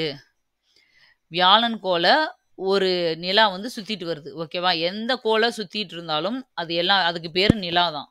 நம்ம பூமியை சுத்துறதுக்கு பேருக்கு மட்டும் நிலா கிடையாது. வியாழன் கோளுக்கெல்லாம் 60க்கும் மேற்பட்ட நிலவுகள் இருக்கு. அதுல ஒண்ணு தான் இந்த யூரோப்பா அப்படிங்கிற யூரோப்பா கிளிப்பர் அப்படிங்கிற ஒரு நிலா. ஓகேவா? இத ஆராய்ச்சி பண்றதுக்கு இப்போ வந்து நாசா ஒரு விண்கலத்தை அனுப்பியிருக்காங்க. அடுத்தது, இந்திய கடற்படையின் குறைந்த அலைவரிசை நிலையத்திற்கு தெலுங்கானாவில் அடிக்கல் நாட்டப்பட்டுள்ளது. கடற்படைக்காரங்க வந்து இந்த லோ ஃப்ரீக்வன்சி அந்த நிலையம் வந்து ஒன்று அமைப்பாங்க. அந்த மாதிரி ஒரு அமைப்பை வந்து தெலுங்கானாவில் உருவாக்குறதுக்காக அடிக்கல் நாட்டியிருக்காங்க. அடுத்தது, இந்தியாவில் இருந்து வெளிநாட்டு வேலை செய்ய செல்வோரின் நலனுக்காக மைக்ரேட் போர்ட்டலை வெளியுறவுத்துறை அமைச்சகம் உருவாக்கியுள்ளது. இப்போ ஒரு நாட்டிலேருந்து இன்னொரு நாட்டுக்கு போனோம்னா நம்ம மைக்ரேஷன் இது கொடுக்கணும் இல்லையா? மைக்ரேஷன் இது சர்டிஃபிகேட் வாங்கணும்ல. அதை ஆன்லைனில் வாங்கிக்கிற மாதிரி மைக்ரேட் போர்ட்டல் அப்படிங்கிற ஒன்றை உருவாக்கியிருக்காங்க. அந்த வேலைக்கு போகிறவங்கலாம் ஈஸியாக அப்ளை பண்ணி அதை எடுத்துக்க முடியும். அடுத்தது, 33,600 கோடி செலவில் அமெரிக்காவிடம் இருந்து MQ-9B பிரிடேட்டர் ட்ரோன்களை கொள்முதல் செய்வதற்கு இந்தியா ஒப்பந்தம் ஒன்றை மேற்கொண்டுள்ளது. பாருங்க, அமெரிக்காட்ட இருந்து நம்ம MQ-9B பிரிடேட்டர் ட்ரோன் அப்படின்ற ஒரு ட்ரோனை வந்து ரஃபேல் விமானம்லாம் வாங்கினோம் இல்லையா நம்ம, அதே மாதிரி இந்த விமானங்கள் வாங்குறதுக்காக கிட்டத்தட்ட 33,600 கோடி வந்து ஒப்பந்தம் போட்டிருக்கோம் காசுல.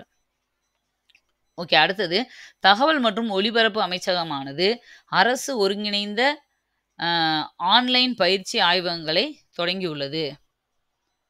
ஓகேவா? இன்டகிரேட்டட் கவர்மெண்ட் ஆன்லைன் ட்ரைனிங், தகவல் மற்றும் ஒலிபரப்பு அமைச்சகம். ஓகேவா? சும்மா ஆன்லைன்லேயே ட்ரைனிங் கொடுக்குற ஒரு சின்ன ஒரு ப்ரோக்ராம் மாதிரி இது. அடுத்து, வக்ஃப் திருத்த மசோதாவிற்கு எதிராக கேரளா அரசு தீர்மானம் நிறைவேற்றியுள்ளது. இது ரொம்ப முக்கியமானது. அந்த வக்ஃபு திருத்த மசோதானா என்ன அப்படின்னா, முஸ்லீம் சம்மந்தப்பட்ட ஒரு இது, மத சம்மந்தப்பட்ட விஷயம். அதாவது முஸ்லீம் இதில் வந்து வக்ஃபு பிரிவினர்,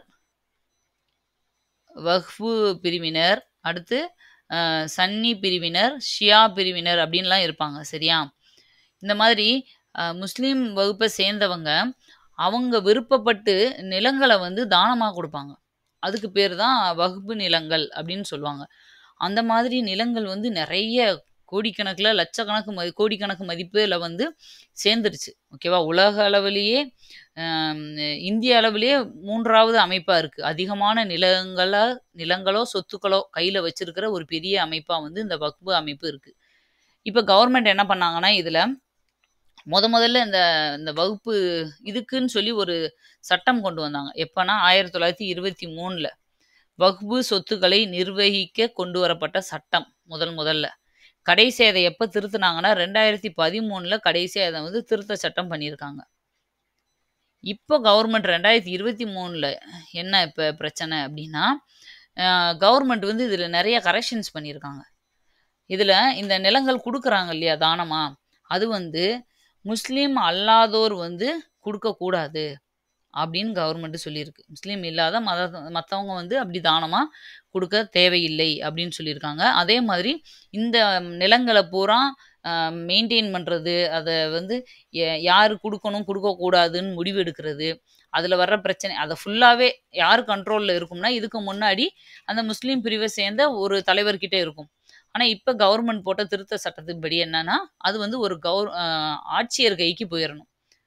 ஓகேவா? ஒரு கலெக்டர் தான் அதை பார்த்துக்கிறணும். அந்த டிஸ்ட்ரிக்ட் கலெக்டர் தான் அதை பார்த்துக்கிறணும். அதே மாதிரி அங்கே இருக்கிற எல்லாமே அந்த இதை மெயின்டைன் பண்ணுறவங்க எல்லாமே முஸ்லீம்களாக இருந்தாங்க. ஆனால் இப்போ கவர்மெண்ட் என்ன சொல்லுதுன்னா, 2 பேர் முஸ்லீம் இருந்தால் 2 பேர் நான் முஸ்லீம்ஸும் அதுக்குள்ளே இருக்கணும். அப்போ தான் அங்கே நடக்கிறது தெரியும் அப்படின்ற மாதிரி நிறைய கரெக்ஷன்ஸ் அதில் பண்ணியிருக்காங்க. இது வந்து அவங்களுக்கு பிடிக்கல. அப்போ அவங்க என்ன பண்ணுறாங்கன்னா, இது எங்கள் நிலங்களை வந்து நீங்கள் கையகப்படுத்துறதுக்காக கொண்டு வரப்பட்ட ஒரு முயற்சி, நீங்கள் அதுக்கு தான் பிளான் பண்ணுறீங்கன்னு சொல்லி பிரச்சனை பண்ணி போராட்டம் நடந்துகிட்டு இருக்கு. இந்த மசோதாவுக்கு எதிராக தான் இப்போ லேட்டஸ்ட்டாக கேரளாவிலையும் அதுக்கு எதிராக வந்து தீர்மானம் நிறைவேற்றிருக்காங்க. நாங்களும் இதை ஒத்துக்க மாட்டோம் அப்படின்னு. அடுத்தது, அக்டோபர் 18 இந்தியாவின் 51வது தலைமை நீதிபதியாக சஞ்சீவ் கண்ணா பதவியேற்க உள்ளார். பாருங்க, சுப்ரீம் கோர்ட்டோட ஜட்ஜா 51வது நீதிபதியாக வந்து சஞ்சீவ் கண்ணா வரப்போறாரு. அடுத்தது இந்தியாவின் 2வது பெரிய பட்டாம்பூச்சி பன்முகத்தன்மை மையமானது அசாமின் காசிராம் பூங்காவில் அமைந்துள்ளது. பட்டாம்பூச்சிக்குன்னு சொல்லி ஒரு பெரிய மையம், அது இந்தியாவிலே 2nd பிளேஸ்ல இருக்கு. இது காசிராம், அசாம்ல இருக்க காசிராம்ன்ற பார்க்ல இருக்கு. யுனெஸ்கோவால் 2026ஆம் ஆண்டிற்கான உலக புத்தக தலைநகரமாக மொராக்காவின் தலைநகரமான ரஃபாத் நகரம் தேர்வு செய்யப்பட்டுள்ளது. 2026ல, இப்போ இல்ல, யுனெஸ்கோ வந்து 2026ல புத்தக தலைநகரமா எங்க மொராக்காவுல இருக்கிற ஒரு சிட்டி, அது வந்து மொராக்கோவோட தலைநகரம் ரபாத் அப்படிங்கிற ஒரு தலைநகரத்தை தேர்ந்தெடுத்திருக்காங்க. லடாக்கில் உள்ள காக்சர் பாலத்திற்கு கேப்டன் அமித் பரத்வாஜ் பாலம் என பெயர் மாற்றப்பட்டுள்ளது. பாருங்க, லடாக்ல ஒரு பாலத்துக்கு இவங்க வந்து ஒரு கிரிக்கெட் பிளேயரு அவரோட பேர் வச்சிருக்காங்க, அமித் பரத்வாஜ் அப்படிங்கிற ஒரு பேர். அடுத்து கோதுமைக்கான குறைந்தபட்ச ஆதரவு விலை 2425ஆக நியமிக்கப்பட்டுள்ளது. குறைந்தபட்ச ஆதரவு விலைனா எம்எஸ்பி அப்படின்னு சொல்லுவாங்க. எம்எஸ்பி, அதாவது பொருட்களை வந்து கவர்மெண்ட்டே வந்து விவசாயிகிட்ட நேரடியாக கொள்முதல் பண்ணி அதை வந்து விநியோகம் பண்ணுவாங்க. அப்படி கொள்முதல் பண்ணும்போது ஒவ்வொன்றுக்கும் ஒரு மினிமம் ப்ரைஸ் வந்து, இதுக்கு பேர் வந்து மினிமம் சப்போர்ட்டிவ் ப்ரைஸ்ன்னு சொல்லுவாங்க. இந்த மாதிரி வந்து கவர்மெண்ட்டே ஃபிக்ஸ் பண்ணும் இவ்வளோ விலைன்னு சொல்லி. ஓகேவா, மினிமம் அது விலை. அப்படி கோதுமைக்கு வந்து 2425 ரூபா பர் 100 கேஜி, 100 கிலோவுக்கு, அதாவது ஒரு குவிண்டால் அப்படின்னு சொல்லுவாங்க இல்லையா, ஒரு குவிண்டாலுக்கு, ஒரு குவிண்டால் கோதுமைக்கு 2425 ரூபான்னு ஃபிக்ஸ் பண்ணியிருக்காங்க. அவங்க எப்பயுமே எம்எஸ்பி வந்து குவிண்டால் கணக்கில் தான் ஃபிக்ஸ் பண்ணுவாங்க. ஓகே, அடுத்தது ஜவுளித்துறையில் திறன் வளர்ச்சிக்காக சமர்த் திட்டம் துவங்கப்பட்டுள்ளது. ஜவுளித்துறைக்காக உருவாக்கப்பட்ட திட்டம் தான் சமர்த் திட்டம். ஜம்மு மற்றும் காஷ்மீரின் துணை முதல்வராக சுரீந்தர் சௌத்ரி நியமனம் செய்யப்பட்டுள்ளார். நம்ம பார்த்தோம் இல்லையா, ஜம்மு காஷ்மீரில் வந்து குடியரசுத் தலைவர் ஆட்சி இருந்துச்சு, இப்போ தான் அதை பின் வாங்கியிருக்காங்க. இனி முதல்வர், துணை முதல்வர் எல்லாம் செலக்ட் பண்ணுவானோ இல்லையா, அப்படி தேர்ந்தெடுக்கப்பட்ட துணை முதல்வர் தான் சுரீந்தர் சௌத்ரி அப்படிங்கிறவங்க. ஓகே, அடுத்தது அக்டோபர் 19, 1966ஆம் ஆண்டு ஜனவரி 1 முதல் 1971 மார்ச் 25 வரை சட்டவிரோதமாய் புலம்பெயர்ந்தவர்களுக்கு இந்திய குடியுரிமை வழங்கும் குடியுரிமை சட்டம் 6A செல்லும் என உச்சநீதிமன்றம் தீர்ப்பு வழங்கியுள்ளது. அந்த ஒரு குறிப்பிட்ட டைம் பீரியட்ல வந்து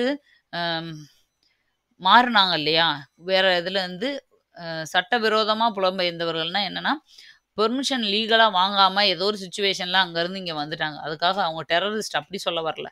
ஏதோ ஒரு சுச்சுவேஷன், பெர்மிஷன் வாங்க முடியலை, இங்கே வந்துட்டாங்க, வந்து அப்ளை பண்ணி எங்கிட்ட குடியுரிமை வாங்கிட்டாங்க, அதை பூரா இப்போ கண்டுபிடிச்சி கேன்சல் பண்ணி விட்டாங்க. இப்போ என்னென்னா, அது இல்லை, அது அவங்களுக்கு கொடுத்தது செல்லும்னு அறிவிச்சிருக்கு.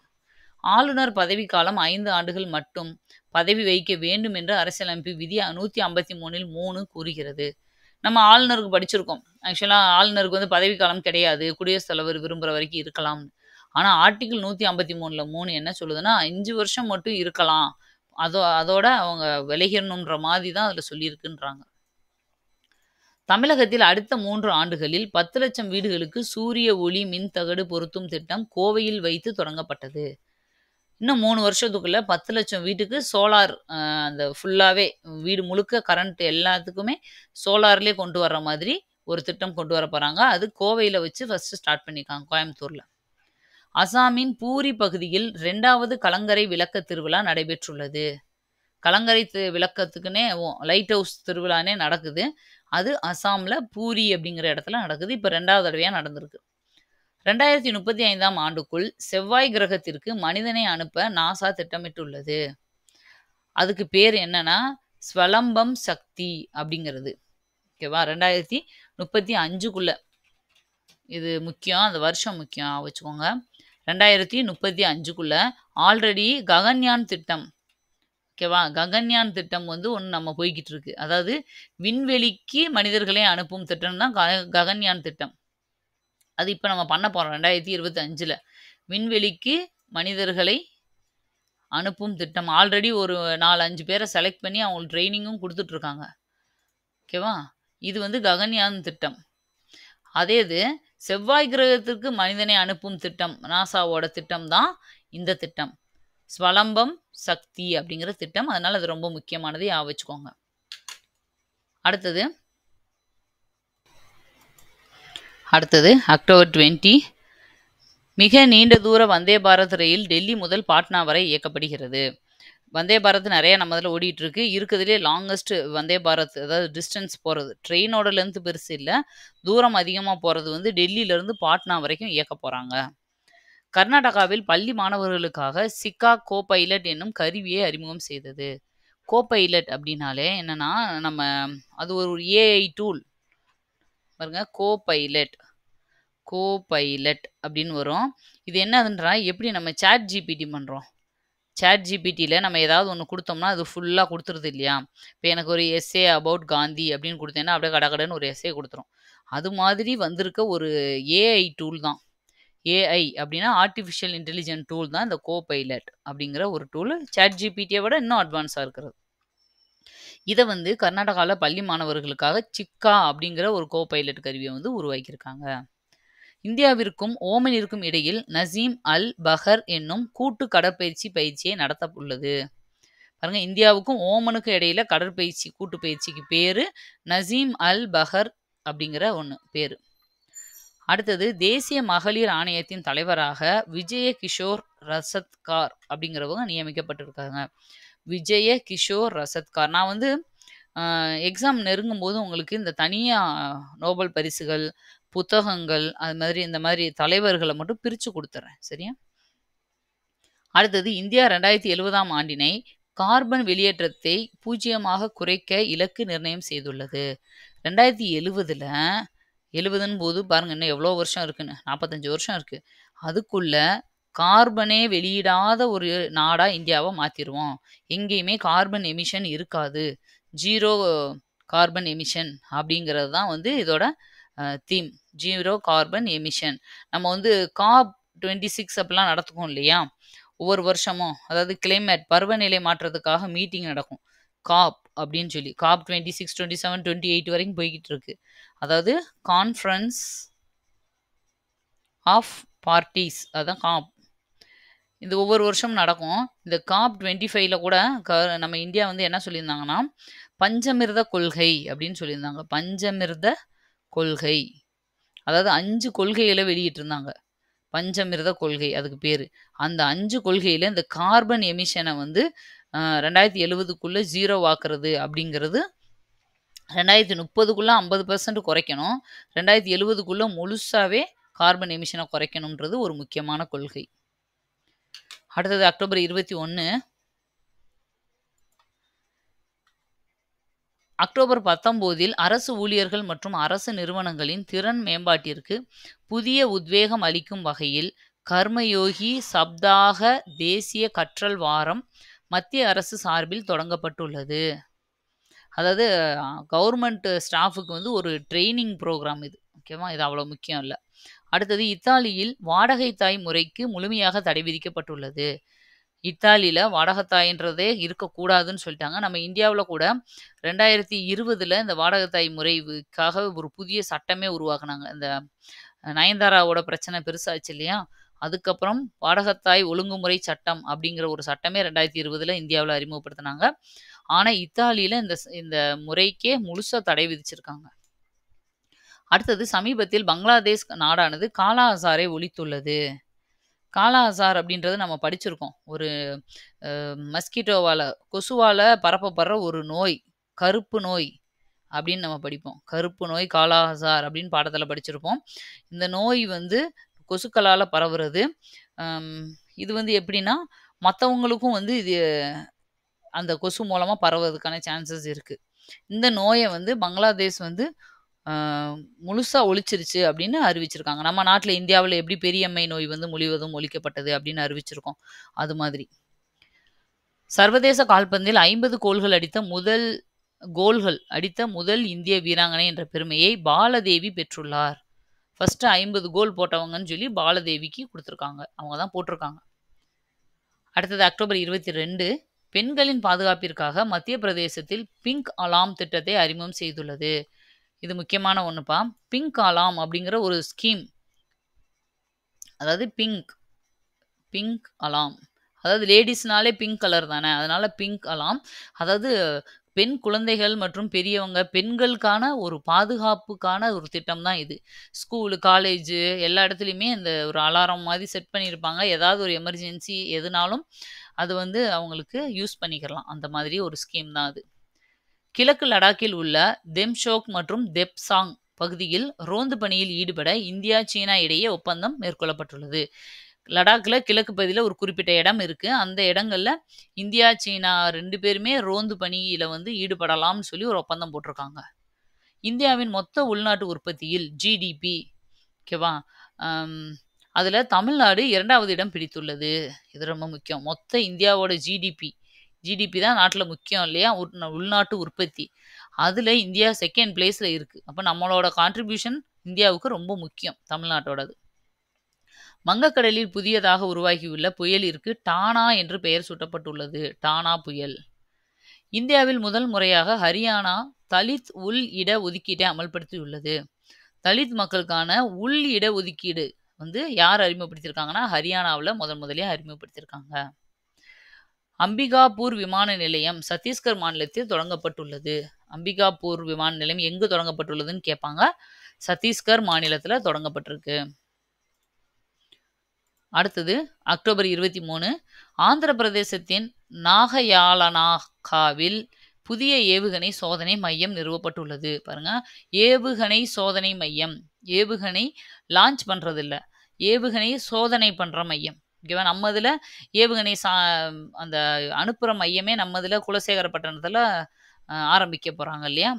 இது வந்து புதிய ஏவுகணை சோதனை மையம் நிறுவியிருக்காங்க. 19வது சர்வதேச மருந்து ஒழுங்குமுறை ஆணைய மாநாடானது புதுடில்லியில் நடைபெற்றது.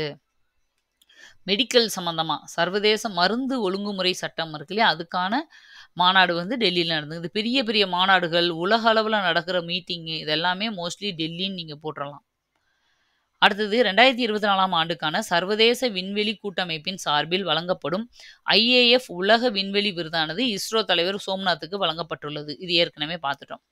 அசாமில் உள்ள பூர்வ குடிமக்களுக்கு நில உரிமை வழங்க மிஷன் பசுந்தரா திட்டம் தொடங்கப்பட்டுள்ளது. பசுந்தரா, பசுமையான அப்படின்னு ஞாபகம் வச்சுக்கோங்க. இது வந்து பூர்வ குடிமக்கள் அசாம்ல இருக்கவங்களுக்காக நில உரிமை வழங்குறது, அதாவது பட்டா கொடுக்கறது. ரொம்ப நாளா புறம்போக்குலயே அப்படியே கண்டினியூஸா அடுத்தடுத்து இருந்திருப்பாங்க இல்லையா? அவங்களுக்கு நிலங்களுக்கு வந்து பட்டா போட்டு கொடுத்து அவங்களுக்கு வந்து உரிமையை கொடுக்கறது தான் அந்த பசுந்தரா திட்டம். சாலை போக்குவரத்து விதியை மீறுபவர்கள் மீது நடவடிக்கை எடுக்க சிட்டிசன் சென்டினல் செயலி கேரளாவில் அறிமுகம் செய்யப்பட்டுள்ளது. ஒரு ஆப், அதாவது சாலை விதிகளை யார் வந்து மீறுறாங்களோ அதில் வந்து ஆட்டோமேட்டிக்காக இங்கே நிறைய பேர்லாம் புதுசாக வந்து சிக்னல்லே ஏஏலாம் வச்சுருக்காங்க இல்லையா? யார் எந்த ரூல்ஸை மீறினாலும் அதுவே ஆட்டோமேட்டிக்காக ஃபோட்டோ எடுத்து அவங்க இதில் இவ்வளோ ஃபைனுன்னு சொல்லி அவங்க வண்டியில் ஏற்றிடும். அதாவது வண்டியோட நம்பரில் ஏற்றிடும். நம்ம அந்த ஃபைனை ஒரு காலத்தை கட்டி தான் ஆகணும். அது மாதிரி ஒரு ஆப் வந்து ரெடி பண்ணியிருக்காங்க. எங்கே அப்படின்னா கேரளா. 16வது பிரிக்ஸ் உச்சி மாநாடு ரஷ்யாவில் நடைபெற்றது. பிரிக்ஸ் மாநாடு ரொம்ப முக்கியமானது.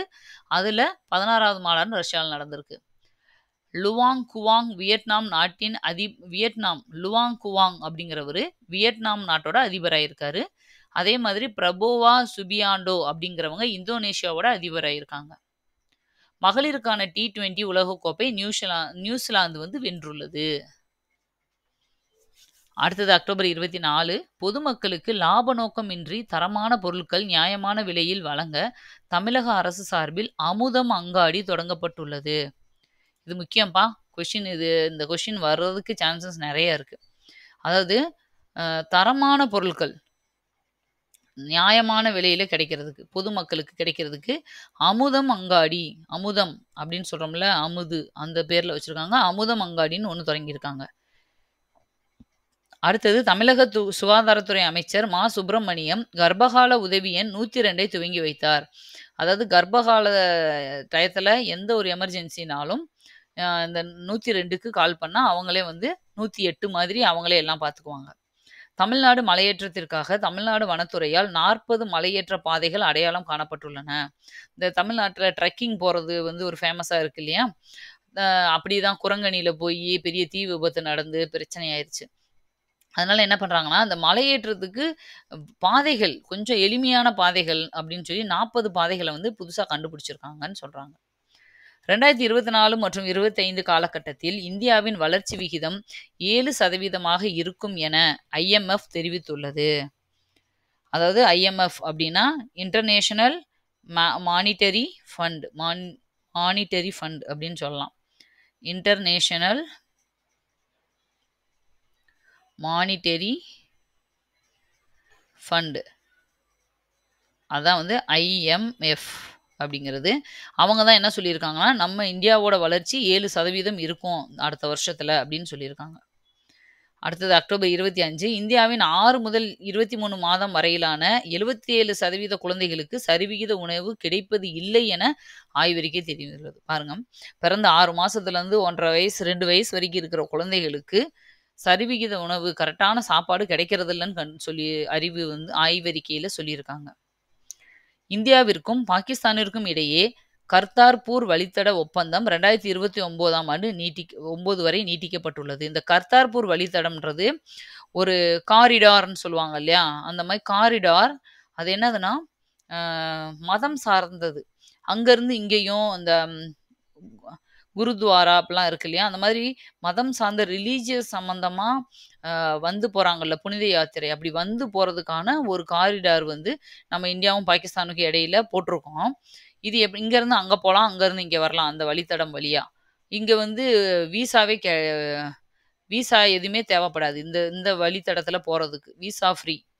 ஓகேவா, அதை வந்து அது ஒப்பந்தம் ஆல்ரெடி நம்ம இந்தியாவுக்கும் பாகிஸ்தானுக்கும் இருக்குது. இதை 2029 வரைக்கும் அந்த ஒப்பந்தத்தை நீட்டிச்சுக்கோம் இப்போ நம்ம புதுசாக. அடுத்தது ட்ரக்கோமா எனும் நோயினை இந்தியா நீக்கி உள்ளதாக உலக சுகாதார நிறுவனம் சொல்லியிருக்கு. WHO சொல்லியிருக்கு. ட்ரக்கோமா அப்படிங்கிற நோய், நான் சொன்னேன்ல பெரிய அம்மையை ஒழிச்சிட்டோம்ன்ற மாதிரி ட்ரக்கோமானா என்ன அப்படின்னா, கண்ணெல்லாம் செவந்து வீங்கி அப்படியே கண்ணீர் வந்து ரெட்டிஷ் ஆயிரும் இல்லையா, அந்த மாதிரி இருக்கிற நோய். அதோட அந்த லிக்விட் மற்றவங்களுக்கு பட்டுச்சுன்னா அவங்களுக்கும் ஸ்ப்ரெட் ஆகும். அது கிட்டத்தட்ட மெட்ராஸைன்னு நம்ம சொல்கிறோம் இல்லையா, அதுதான் வந்து ட்ரக்கோமா. அந்த நோயை வந்து முழுசாக ஓரளவு கிட்டத்தட்ட நீக்கிட்டோம் அப்படின்னு இந்தியா நீக்கிட்டாங்கன்னு சொல்லி, கடைசியாக 3 வருஷமா எந்த கேஸுமே பதிவாகலைன்னா அந்த நோய் வந்து நீக்கப்பட்டதாக அறிவிப்பாங்க. அது மாதிரி உலக சுகாதாரம் இதை அறிவிச்சிருக்காங்க. அடுத்தது இந்த கரண்ட் அஃபேர்ஸ் ஏற்கனவே பார்த்துட்டோம். உச்சநீதிமன்றத்தோட நீதிபதி கடைசி இது பாருங்க, தொழிலக எரி சாராயத்தை முறைப்படுத்தும் அதிகாரம் மாநிலங்களுக்கு உண்டு என உச்சநீதிமன்றம் தெரிவித்துள்ளது. அதாவது எந்த சாராயம்னா தொழிலக எரி சாராயம். இந்த ஃபேக்ட்ரி இதுகளுக்கெல்லாம் ஸ்பிரிட் யூஸ் பண்ணுவாங்க. அந்த எத்தில் ஆல்கஹாலை எப்படியெல்லாம் அதுக்கான சட்டங்களை போட்டுக்கலாம், எப்படி முறைப்படுத்தணுன்றத மாநிலங்களே முடிவெடுத்துக்கலாம், மாநிலத்துக்கு அந்த அதிகாரம் இருக்குன்னு சொல்லி உச்சநீதிமன்றமே, சுப்ரீம் கோர்ட்டே சொல்லிருச்சு. அடுத்தது அக்டோபர் 26, கர்நாடகாவில் 14வது ஏரி மாநாடு நடைபெற்றது. ஏரிகளுக்கான மாநாடு கர்நாடகாவில் நடந்திருக்கு. இலங்கையில் கொழும்பு நகரில் பாலி செம்மொழி மாநாடு நடைபெற உள்ளது. இங்க பாருங்க, நம்ம புதுசா ஒரு 5 மொழிக்கு வந்து செம்மொழி கொடுத்துருக்காங்கன்னு சொன்னோம். அதுல பாலின்ற ஒரு மொழியும் இருந்துச்சு. ஓகேவா, அந்த பாலி மொழிக்கு தான் இலங்கையில கொழும்புல வச்சு அவங்க வந்து செம்மொழி மாநாடு நடத்த போறாங்க. நம்ம எப்படி தமிழை வந்து செம்மொழியை அறிவிச்சனே கோயம்புத்தூர்ல செம்மொழி மாநாடு நடத்தணும் இல்லையா, அது மாதிரி. அடுத்தது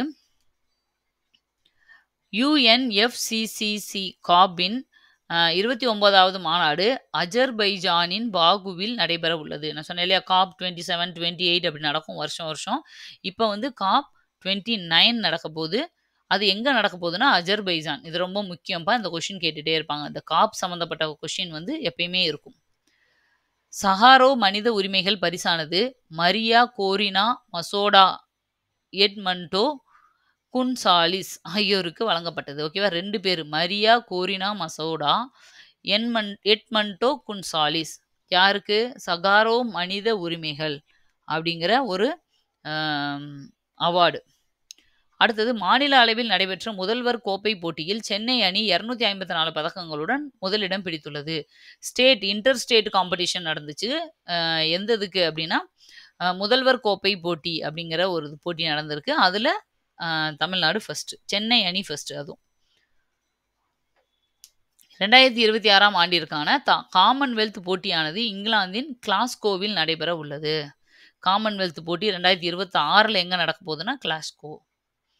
அடுத்தது அக்டோபர் 27, அறிவியல், தமிழர், மருத்துவம் உள்ளிட்ட 8 பிரிவுகளில் சிறந்து விளங்கியதற்காக அயலக தமிழர்களுக்கு வழங்கப்படும் கணியன் பூங்குன்றனார் விருதானது 13 பேருக்கு வழங்கப்பட்டுள்ளது. ஓகேவா? கணியன் பூங்குன்றனார் விருது 13 பேருக்கு கொடுத்துருக்காங்க. 70 வயதிற்கு மேற்பட்ட மருத்துவ காப்பீடு அளிக்கும் ஆயுஷ்மான் பாரத் பிரதமர் ஜன ஆரோக்கிய யோஜனா திட்டமானது அக்டோபர் 29 தொடங்கப்பட உள்ளது. 60 வயசுக்கு மேலே போனாலே சீனியர் சிட்டிசன் சொல்லி நிறையா உங்களுக்கு இன்சூரன்ஸ் காப்பீடெல்லாம் இருக்குது. இப்போ 70 வயசுக்கு மேலே இருக்கவங்களுக்குன்னு ஸ்பெஷலாக சில இன்சூரன்ஸு கிளைம் பண்ணுறதெல்லாம் வந்து அறிமுகப்படுத்தியிருக்காங்க. அதுக்கு தான் ஆயுஷ்மான் பாரத் பிரதமர் ஜன ஆரோக்கிய யோஜனா திட்டம்.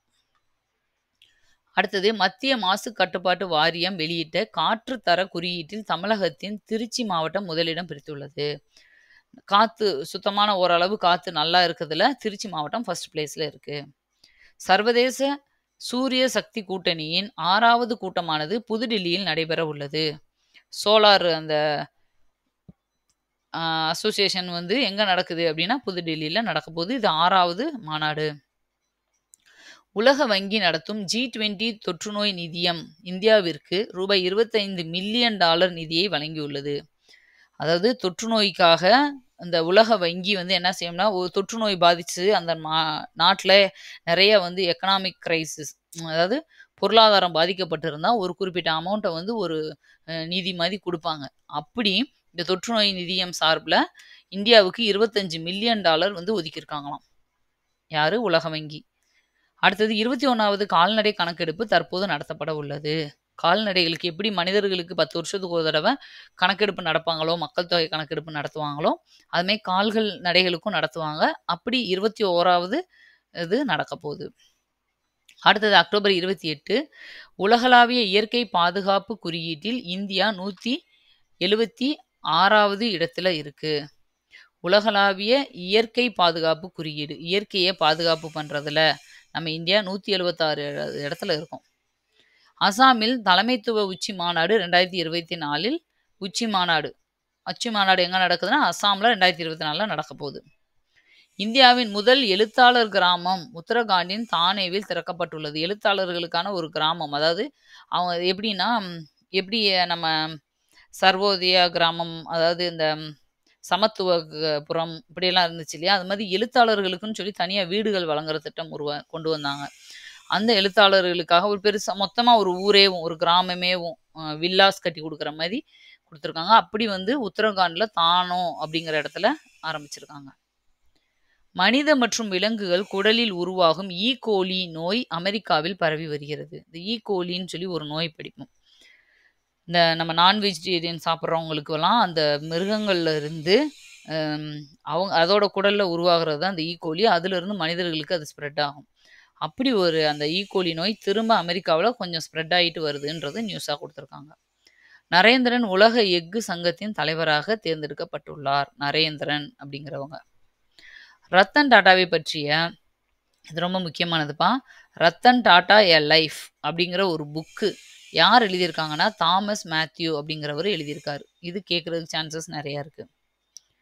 அடுத்தது ஐசிசி உலக டெஸ்ட் சாம்பியன்ஷிப்பில் அதிக விக்கெட் வீழ்த்தியவர் என்ற பெருமையை ரவிச்சந்திரன் அஸ்வின் பெற்றுள்ளார்.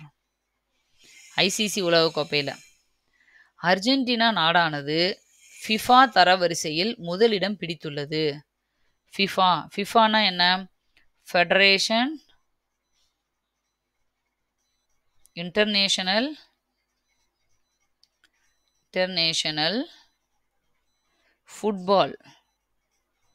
ஃபுட்பால் அசோசியேஷன், அதுதான் வந்து ஃபிஃபா. அதோட அர்ஜென்டினா வந்து இந்த ஃபிஃபா தரவரிசையில் முதலிடத்துல இருக்கு. அடுத்தது நெக்ஸ்ட் கரண்ட் அஃபேர்ஸ். அக்டோபர் 29 சட்ட விதி குறியீடு 2023 இந்தியா 79வது இடத்தை பிடித்துள்ளது. சட்ட விதிகள் எல்லாம் நம்ம வகுத்துருக்கோம்ல, நிறையா ஃபாலோ பண்ணுறோம்ல, அந்த இதில் நம்ம இந்தியா 79வது இடம். இந்தியாவின் பசுமை ஹைட்ரஜன் மையமாக தூத்துக்குடி மாற உள்ளது. பசுமை ஹைட்ரஜன் மையமாக மாறுது. இந்த ஹைட்ரஜனை வந்து பயன்படுத்துறது. ஹைட்ரஜன்லேயே நிறையா இருக்குப்பா. பழுப்பு ஹைட்ரஜன், நீல ஹைட்ரஜன், பசுமை ஹைட்ரஜன் இருக்கும். அது என்னன்றதை நீங்கள் டீட்டெயிலாக தெரிஞ்சுக்கோங்க. அந்த பசுமை ஹைட்ரஜனை மையமாக தூத்துக்குடி மாறப்போகுது. வெப்ப அலையை தமிழக அரசு மாநில பேரிடராக அறிவித்துள்ளது. ஓகேவா? வெப்ப அலையை தமிழக அரசு மாநில பேரிடராக அப்படின்னா, ஆம், என்ன அர்த்தம் அப்படின்னா, வெப்பத்தினால உயிர் இழக்கிறாங்க இல்லையா? அதனால வெப்பத்தினால ஒவ்வொரு வருஷமும் அந்த சம்மர்ல வெயில் தாங்க மாட்டாப்லயே அதிகமான பேர் இறந்து போறாங்க. அப்ப அதுவும் ஒரு பேரிடர் தான் அப்படின்னு சொல்றாங்க. இந்த மாதிரி வெப்ப அலையால் உயிரிழப்பவர்களுக்கு ரூபாய் 4,00,000 வழங்கப்படுகிறது. அடுத்தது இந்தியாவின் முதல் தனியார் ராணுவ விமான தயாரிப்பு ஆலை குஜராத்தில் நிறுவப்பட உள்ளது. முதல் தனியார் ராணுவ விமான ஓகேவா ஆலை வந்து குஜராத்தில் நிறுவப்பட போகுது. எஸ்பிஐ வங்கியை இந்தியாவின் சிறந்த வங்கியாக குளோபல் ஃபைனான்ஸால் தேர்ந்தெடுக்கப்பட்டுள்ளது. எந்த வங்கி உலகத்திலே சிறந்த வங்கியா நம்ம எஸ்பிஐ ஸ்டேட் பேங்க் ஆஃப் இந்தியாவையும் செலக்ட் பண்ணியிருக்காங்க. October 30 current affairs. இந்திய ராணுவ தளவாடங்கள் அதிகமாக அமெரிக்காவிற்கு ஏற்றுமதி செய்யப்படுகிறது. இந்தியா டிஃபென்ஸ் சம்மந்தப்பட்ட அந்த தளவாடங்கள் எல்லாம் அமெரிக்காவுக்கு தான் ஏற்றுமதி அதிகமாக நம்ம பண்ணிட்டு இருக்கோம். செயற்கை கருவூட்டல் மூலம் காணமயில் பறவை குஞ்சு பொரித்துள்ளது. பாருங்க, காணமயில்ன்றது ஒரு பறவையோட இனம். அதை ஆர்டிஃபிஷியலாக நம்ம அந்த ஐவிஎஃப் முறையில் குழந்தைகள்லாம் உருவாக்குறாங்க. அது மாதிரி செயற்கை கருவூட்டல் மூலமாக ஒரு பறவையை குஞ்சு பொரிக்க வச்சுருக்காங்க ஃபர்ஸ்ட் டைமா. அது எந்த பறவைக்குன்னா காணமயில். அல்பேனியாவில் நடைபெற்ற U23 உலக மல்யுத்த சாம்பியன்ஷிப் போட்டியில் 57 கிலோ எடை பிரிவில் சிராஜ் சிக்காரா தங்கம் வென்றுள்ளார். சிராஜ் சிக்காரா. அடுத்தது குழந்தைகள் திருமணம் அதிகமாக நடக்கும் மாநிலங்கள் பட்டியலில் உத்தரப்பிரதேசம், அஸ்ஸாம், மத்திய பிரதேசம் மாநிலங்கள் முதல் 3 இடங்களை பிடித்துள்ளன. குழந்தை திருமணம் அதிகமாக இருக்குது. 3 பிளேஸ் தெரியாட்டி கூட ஃபர்ஸ்ட் பிளேஸ் தெரிஞ்சுக்கோங்க உத்தரப்பிரதேசம், யூபி. ஏன்னா அங்கே தான் மக்கள் தொகை அதிகம். அப்போ ஆட்டோமேட்டிக்காக என்ன பண்ணிடுறாங்கன்னா, குழந்தைகளை ஒரு வீட்லேயே 5 பிள்ளைங்க 6 பிள்ளைங்கன்னு இருக்கும்போது வளர்க்க முடியாமல் கொஞ்சம் வயசுலேயே கல்யாணம் பண்ணி கொடுத்துட்றாங்க. பாதுகாப்பிற்காக வழங்கப்படும் தலைமைத்துவ விருதான ஹாரி மெசல் விருது 2024 பிபாப் தாலுக்தார் அவருக்கு வழங்கப்பட்டுள்ளது. அடுத்தது அவ்வளோதான்ப்பா. இதோட வந்து கரண்ட் அஃபேர்ஸ் எல்லாமே முடிஞ்சது. இதே மாதிரி ஒவ்வொரு வாட்டியும் ஒவ்வொரு மந்தோட கரண்ட் அஃபேர்ஸும் உங்களுக்கு தனியாக ஒரு வீடியோவாக கொடுத்துருவோம். கொஞ்சம் வீடியோ லாங்காக தான் இருக்கும். பட் என்னென்னா நீங்கள் கொஞ்சம் கொஞ்சமாக கூட இதை பிரித்து கேளுங்க. அடுத்த மாதத்தோட கரண்ட் அஃபேர்ஸ் வர்றதுக்குள்ளே உங்களுக்கு 2-3 வீக்ஸ் டைம் இருக்கும் இல்லையா? அப்போ 2 நாளைக்கு ஒரு வாட்டி கொஞ்சம் கொஞ்சமாக திரும்ப கேட்டுக்கிட்டே இருந்தீங்கன்னா இதுங்க உங்களுக்கு அப்படியே மைண்டில் நின்றும். அதனால் அப்படியே ஃபுல்லாக மனப்பாடம் ஆயிரும்.